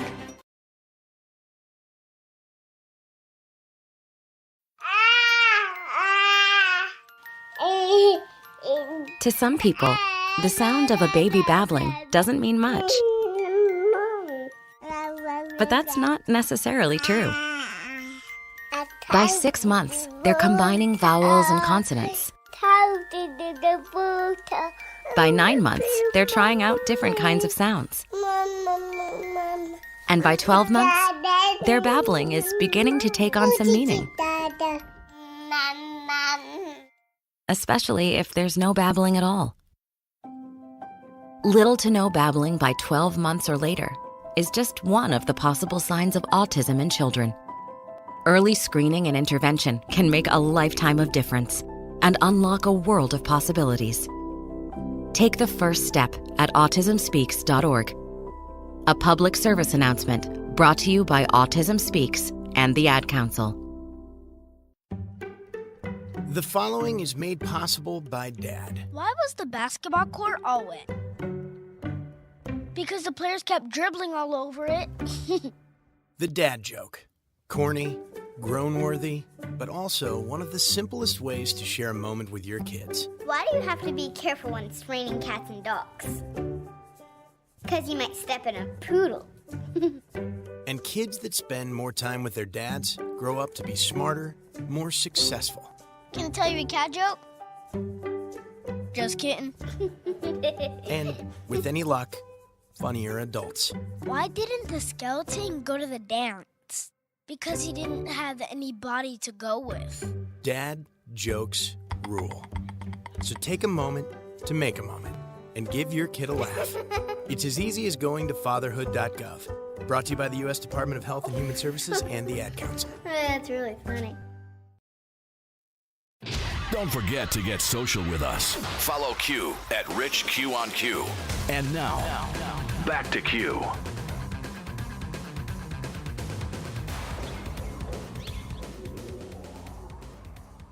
All right, couple minutes. We'll do the picks.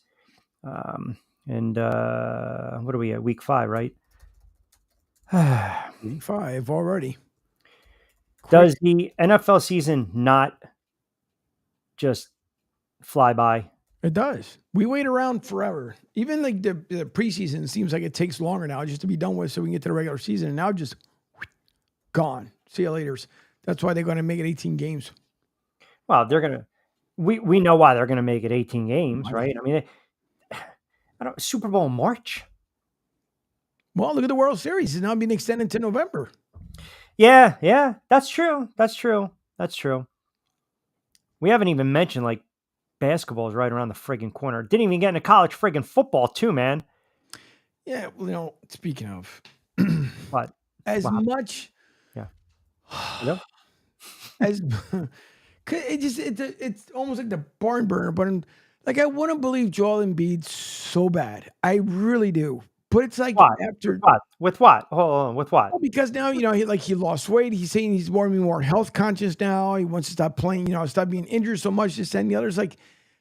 The problem is you want to be MVP of the regular season and then be done as soon as the 82nd game hit.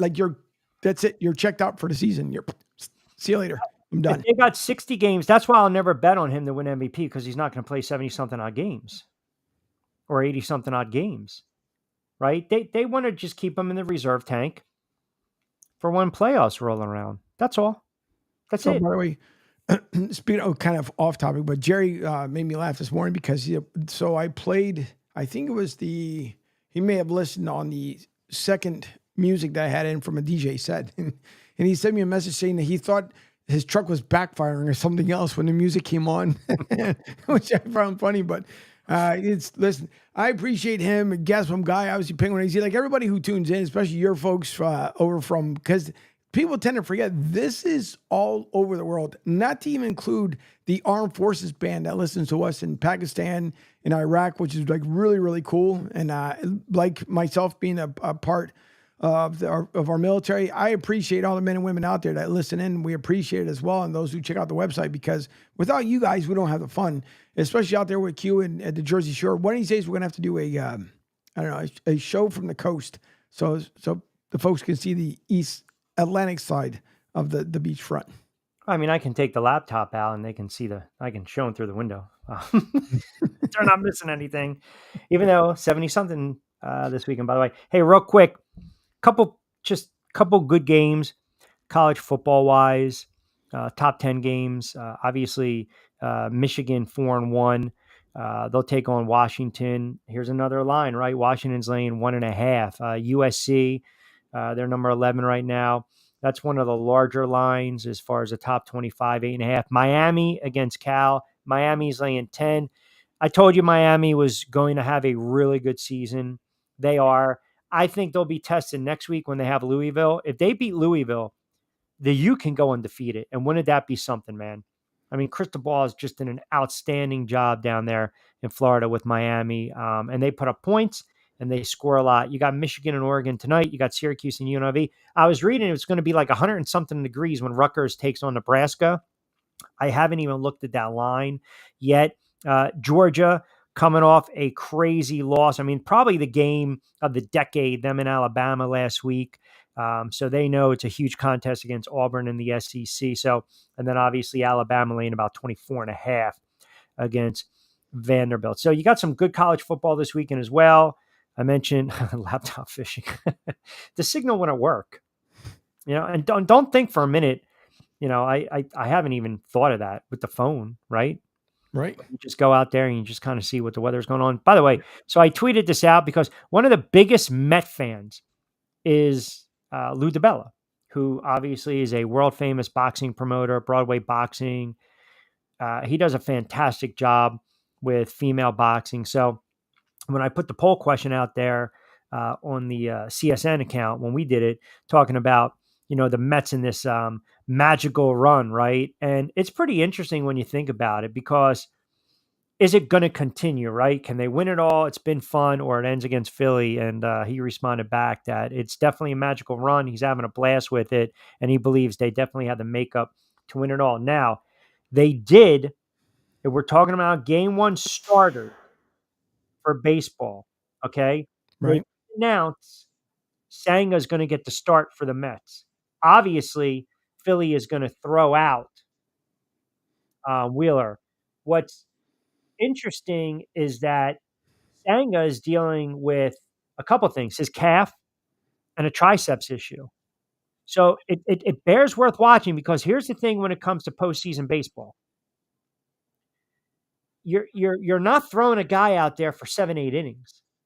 That's what makes it unique. You might get a starter on short rest. You might get a starter to go 3-4 innings. Then you might go right to the middle relief. So that's your pitching matchup.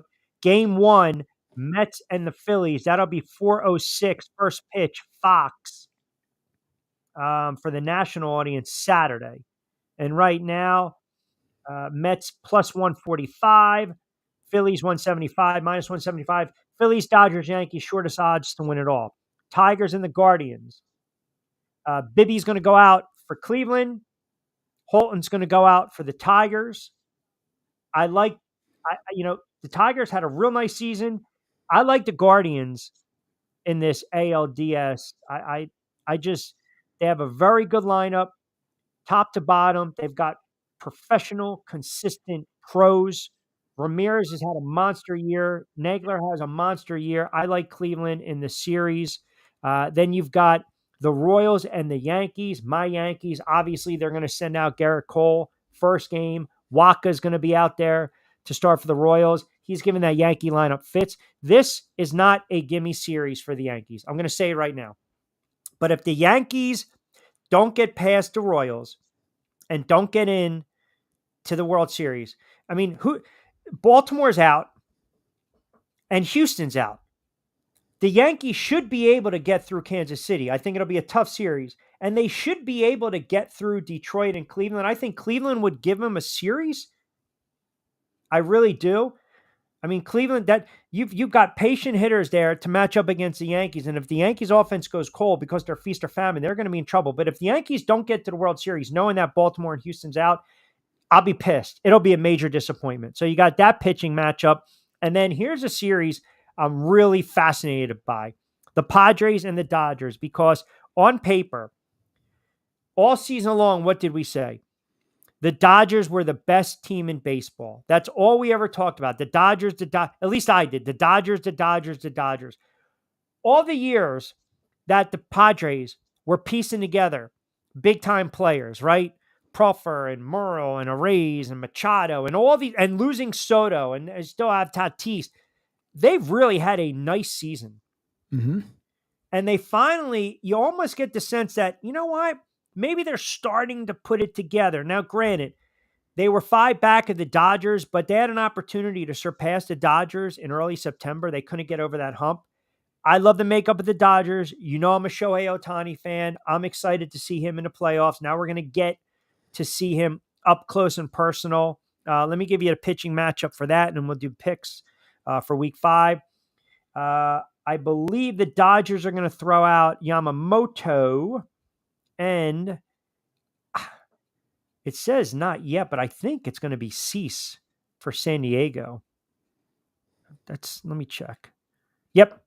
MLB has the pitching matchup. So the Dodgers are plus 115. I'm sorry. The Padres are plus 115 and the Dodgers are minus 135. They have the Dodgers, the Phillies, and the Yankees have the shortest odds to win it all. And then you've got the long shots that I just mentioned. All right. So with that, we are sitting at week 5 of the NFL. Hold on.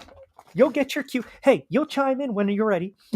We got week 5 of the NFL, which means it's time for Q's Picks, powered by our good friends over at Play It Again Sports, Zen Auto Concepts, fresh roasted coffee, and 3-2, 2-3, 4-1, plus the Thursday night. We are sitting at 10-6 overall in a league where the players always back their play. Oh, there. It sings like a chorus of angels to me. Game number 1. I threw you guys a freaking curveball. I said there were certain games I'm not going to look, I'm not going to touch. You know what I'm going to do? I'm going to hug them. I'm going to grab them. I'm going to embrace them. I'm going to take them, and I'm going to play them. Here we go. Jets, Minnesota. Jets are 2-2. You already know what I think about Aaron Rodgers. Minnesota, we'll call this at home in London. That line scares me a little bit, but I love Minnesota in this spot. It's just low enough where I would grab Slingin' Sammy, his revenge game against the Jets. Give me Minnesota laying the points. The second game, again, I told you, look but don't touch. And I'm just teasing you. Miami and New England, all that dysfunction of the Patriots means zilch to me. Even with friggin' Skylar Thompson, I don't even know who the hell the quarterback right now is for the Miami Dolphins. They're not that bad. And even though they're banged up and you have all this dysfunction for the New England Patriots, give me Miami on the road grabbing a point right now because New England's favored. Game number 3, Cleveland and Washington. Washington laying 4.5. I saw it bleed down to 3.5. If you grabbed it, God bless you. Washington Commanders are legit. Here's where you would say is a fallback, maybe a trap game. I'm not buying it. Daniel's playing at a really high level. Give me Washington laying the points. Game number 4, Arizona and San Francisco. Look, I thought maybe I would tease this game. Maybe I would play an alt line. I'm just going to go straight. San Francisco money line. San Francisco laying the points, even though they're sitting at 7. If I wanted to tease it, I'll bookend it with probably the Sunday night or Monday night game. And then game number 5, the Bills and the Texans. Bounce back time for the Buffalo Bills after getting roasted against Baltimore. On the road, getting a point. Josh Allen's legs do just enough. They need to just shut down Stroud a little bit, keep them under 28 points. I like Buffalo to win this game. So for week 5, give me Minnesota, give me Miami, give me Washington, give me San Fran on the money line, and give me the Bills as well. So there we have it. Week 5 of Q's Picks, brought to you by our Back to Play segment from Fresh Roasted Coffee. Bring it up to crescendo. By the way, with the Duke, with my, flated, my overconfidence, right? Overflated, underflated. Overflated means I'm just brash, cocky, arrogant. Here we go. I am confident in one pick.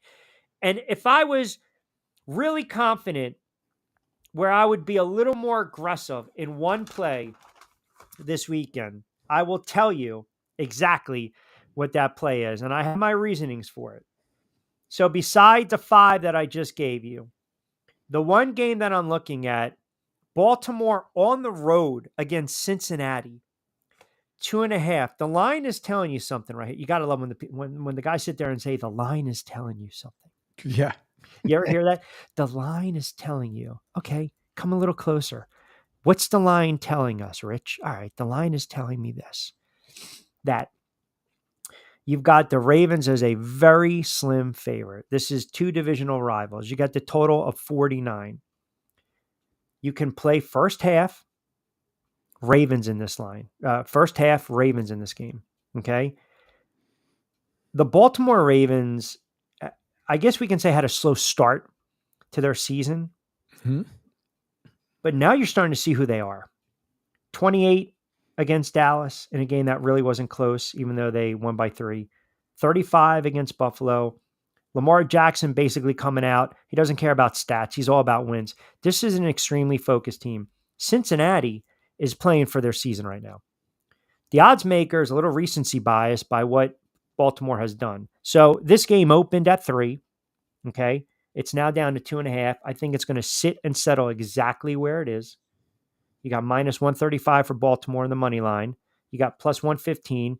So I never believe in hedging, but I'll say this. If you wanted to tease this game and get Baltimore plus 3 and then bookend it with one of the other games that I told you, have at it. Or just as I say all that, I hear the bang, Cincy straight. People are going to take Cincinnati because they know this is desperation time for them. But if Baltimore wants to just put the nail in their coffin after 4 weeks, they do it this week. If Baltimore beats Cincinnati, Cincinnati is not only 1-4, But I believe this is their first divisional loss, their first divisional game. Obviously, Baltimore's going to have the edge on them. They'll play later in the season. And then Baltimore moves to 3-2, which you really had that half a game. I just think that Burrow's not 100%. I know Henderson's going to play. I think Hill's going to play. I know Cincinnati comes in a little banged up. This is a Lamar Jackson game. This is my Lamar Jackson. Always, why always all the additions and parlays go straight up the over under. So when you play totals, typically you're more inclined to play the overs. You know why? Because if you're playing the under and it goes over, you're screwed. If you're playing the over, you're pretty much in it, if that makes sense. Even if it's a 9-3 game and the total is 34 and it's 9-3 going into the locker room, you never know what the hell's going to happen in the third and fourth quarter. Traditionally, early on in the NFL season, defenses are ahead of the offenses. That's why they say play the under. I rarely play the under. 2 games I played this year in the under with the Q's picks we hit. One of them happened to be New England, and the other one was, I think it was the Giant game. It might have been the Giant game to open up the season because Minnesota beat them 26-3, and I think that total was 34. But it's like almost it's not a hard, steady rule, right? You have to be very careful because what you're asking for. These are NFL teams; they can still score, and then you've got a situation where, say, the total is 40, and the Giants are leading Dallas 23-10, 24-10, and now you're sitting at 34, right? And there's 30 seconds, there's a minute left. They play prevent defense. Here we go. Dallas goes down the field. You get the, oh, by the way, touchdown. That's a horrible beat. And that's why I've kind of steered clear of playing the under, unless it's a really bad offensive team like Carolina and like New England. And listen, if you want to go a little soft this weekend, depending upon whether it's 5, 10, 15 units, whatever it is, whatever you can afford. And let's just say, for instance, you hit on some college games, or you're looking pretty good in if you played the Falcons and the points on the Thursday night game. You want to take 10% of those winnings, and all of a sudden you want to play the under and say the Patriots and the Dolphins, that's 36.5. Like logic says, where are the points going to come in? Patriots scored 3 points and 13 points the last 2 weeks. The Dolphins, without Tua, their offense is horrible. They've scored 3 and 12. Both these teams have scored 30 total points the last 2 weeks. But what scares me is when I throw out, or handicappers or the talking heads throw out all those numbers. You're like, oh, it makes sense. Play the under. That's when you got 2 scrubby quarterbacks, and here we go. Right? You got 2 scrubby quarterbacks, and now you hit for 35 plus. By the way, that is a great comment. Always.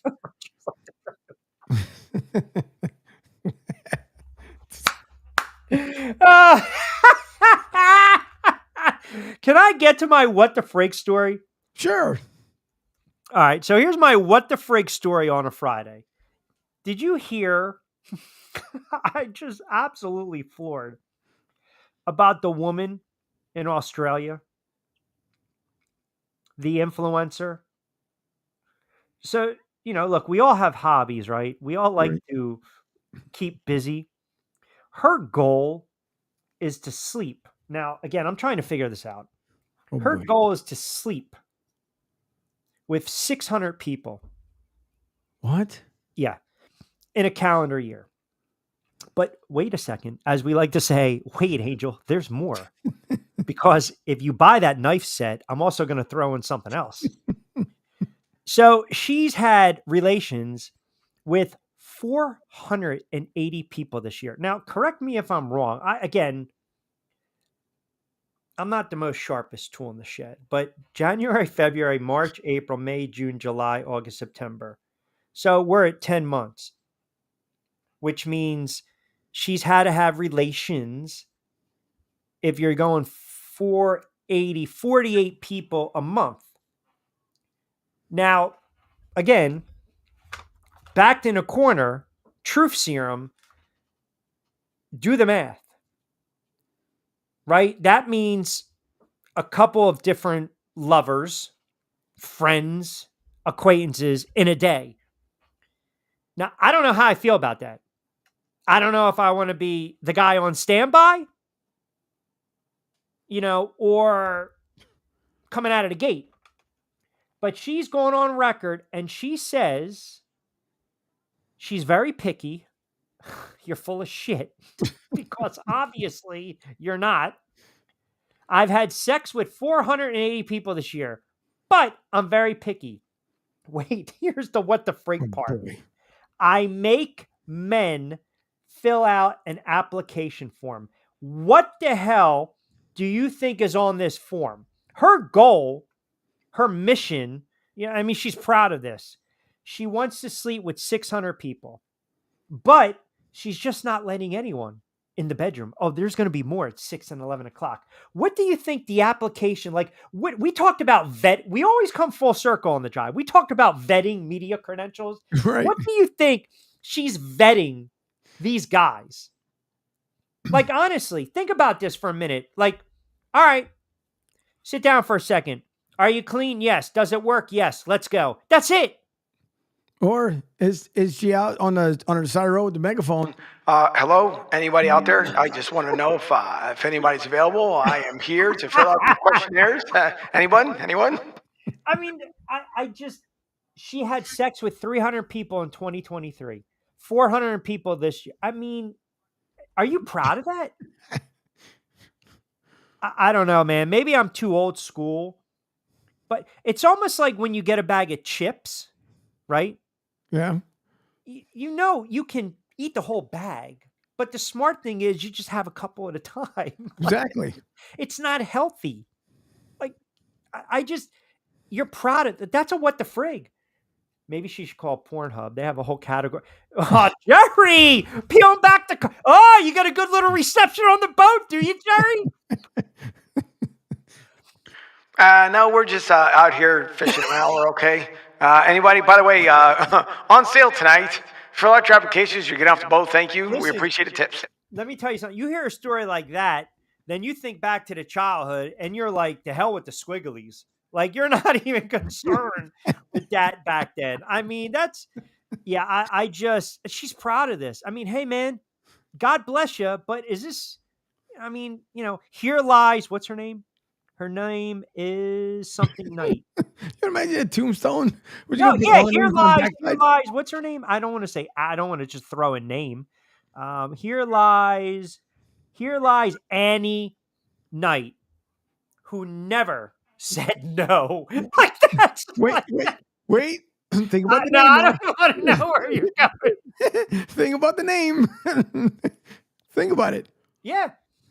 Who gave up many nights. Exactly. That's just, what the frig? That's just horrible, man. Geez, my goodness. Pick a different hobby, will you? That's terrible.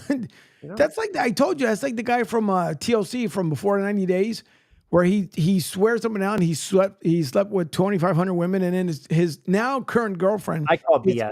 Yeah. Well, she's 2,501. And then the dummy, they're constantly fighting back and forth. She goes to a hotel, and then she comes back, and then he says, listen, I just want to tell you, right, because you want me to go to therapy. And I signed up for the therapy. And she's like, oh, you signed up? He goes, no, but that was a white lie.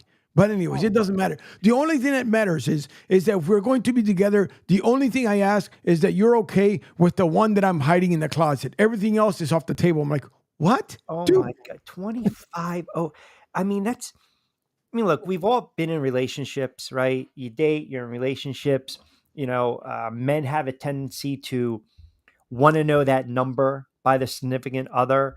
You get to the point in your life, what you did before meeting me or what I did before meeting you, it's not relevant. We're together now. We're happy. Here we go. Kumbaya. I can't imagine having to fill out a friggin' application. Not happening. Take it somewhere else, sister. And number 2, 2501. Let me sit you down before we get married, Rich. Yeah, what do we got here? Well, what's wrong? Credit card? Bad credit? You in debt? You were in jail? No. All right. Checking off the box. Everything is good. You're not wanted? No. Checking off the box. I do have to let you know something. I've had a couple lovers in my lifetime. You know what? Not a problem. We've all had a couple. No. When I say a couple, I mean a couple. All right. Handful. 5, 6, 10. Because see, and this is what's not right. When men have many, we're players, but when women have them, they're derogatory terms, and that's Yeah, no, it's insane. do I have a Pete Wrangler commercial? Oh, that's on me. But anyway, so you just pop in for sponsorship. I had another window up. It's just one of those things. Can you imagine if let's just say, okay, so she's taking applications. Does she have people just coming up and handing out? Yeah, it's not even that. It's the 2501 I was about to say. That's like a punch in the face.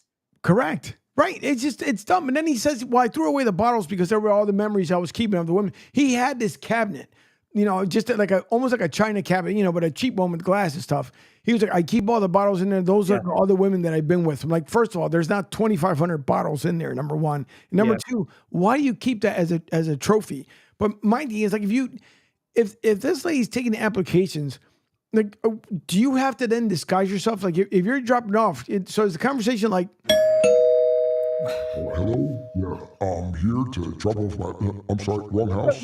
When did you get drop crazy all of a sudden? I don't think you've... Yeah, now, see? You're going to make the dog bark. You play the doorbell again, and I guarantee... Go ahead. Hold on. Go ahead. She looking? That's the way you... Listen, the What the Freak Friday, that's how you end it. All right, we got to start wrapping it up on this What the Freak Football Friday. Oh, my goodness. Feeling Packers will make a move to help Reed in the wide receiver slot. They need another weapon. But I still like... Listen, I think the Packers are a good team. They're going to be a playoff team. Jordan Love is going to put up some good numbers for Green Bay. We might do a BYP with Lloyd tomorrow, so you guys can follow me on that on Rich Q on Q. The dog's sleeping away, and all of a sudden, an angel with his friggin' drops in the doorbell, and here we go. It's Kiki time as we get out of here. Good stuff from John Buhler from Fansided. Do not forget, Monday to Friday, Wake Up, Pete Shepard Show, 7 to 10. Martinez and Company, Monday, Wednesday, and Friday from 10 to 12. Myself, The Drive with Q, Monday, Wednesday, and Friday from 4 to 6. You got Talking Hoops. You got Lloyd Vance. You got Jay's new show. You got Jonathan Marshall. I know we'll get him on NBA-wise, but it's all about the postseason. It's all about, this series. I think the Mets are going to give the Phillies a handful. I do like Cleveland. I do like the Dodgers. I still believe they're the best team in the NL. And I like the Yankees to get past the Royals. But postseason baseball, it's where it's at. We got the football on Sunday. I know Giant fans, I'll give you my thoughts on BYP for the Giants tomorrow. I didn't want to spend too much time on the Giants because that's just sinking ship. But it's going to be interesting when we come on the air on Monday, right? See what's going on with New England, Jacksonville, Miami, Dallas, the Giants, Eagles kind of sit back and they get their bye week and they can kind of relax a little bit and kind of, sometimes it's timing is good, right? Timing is good. You want to step aside, you want to get away, let the fans forget, and then boom, back in the saddle with that. And of course, as I mentioned, the Phils and the Mets, that's going to be a fantastic series. Do you have any college stuff going on this weekend? No, majority of teams are away. I think the boys are home against Temple, if I remember correctly. The ladies are in Charlotte on the road, Charlottesville. They're on the road, and then they are back next Sunday against Temple. That would be senior day. Next Friday is USF versus Tulane, if I remember correctly. Okay. But no, this weekend is a kind of a quiet weekend, and then we're expecting that rain monstrosity that's going to be going on in the Caribbean, coming up once again over to Cuba, and then just hanging out in the Gulf and just spinning around and dumping a bunch of rain. Thankfully, it doesn't look like it's going to turn to a hurricane, which is a good thing, but we're just going to get a ton of rain supposedly Sunday, Monday, and Tuesday. All right. Well, as always, be safe. Don't forget, download the app, Sports Radio 102.9 FM. The Game. Angel puts up all the audio, shows up on demand. You can follow me on the YouTube channel, Rich Q on Q, Angel on Broad Street South. Don't forget on all the X platforms, IG and Facebook. You know where to find us. Excellent stuff from you guys, as always, with the comments. You guys keep me engaged and on my toes and entertained for 2 hours. Angel Martinez, me, Armando, behind the glass, producing the show, keeping us on the air, as he always does on a What the Frig Football Friday edition of The Drive, powered by Fresh Roasted Coffee, our good friends at Play It Again Sports and Zen Auto Concepts. Have a wonderful Sports Friday. Hopefully, you guys don't have to fill out any of the applications tonight. We'll leave it at that. Enjoy the sports over the weekend. We will be back in the saddle on Monday. As always, I'm Rich Quinones. This has been The Drive with Q. Be safe, be sound. Hasta luego, buen día.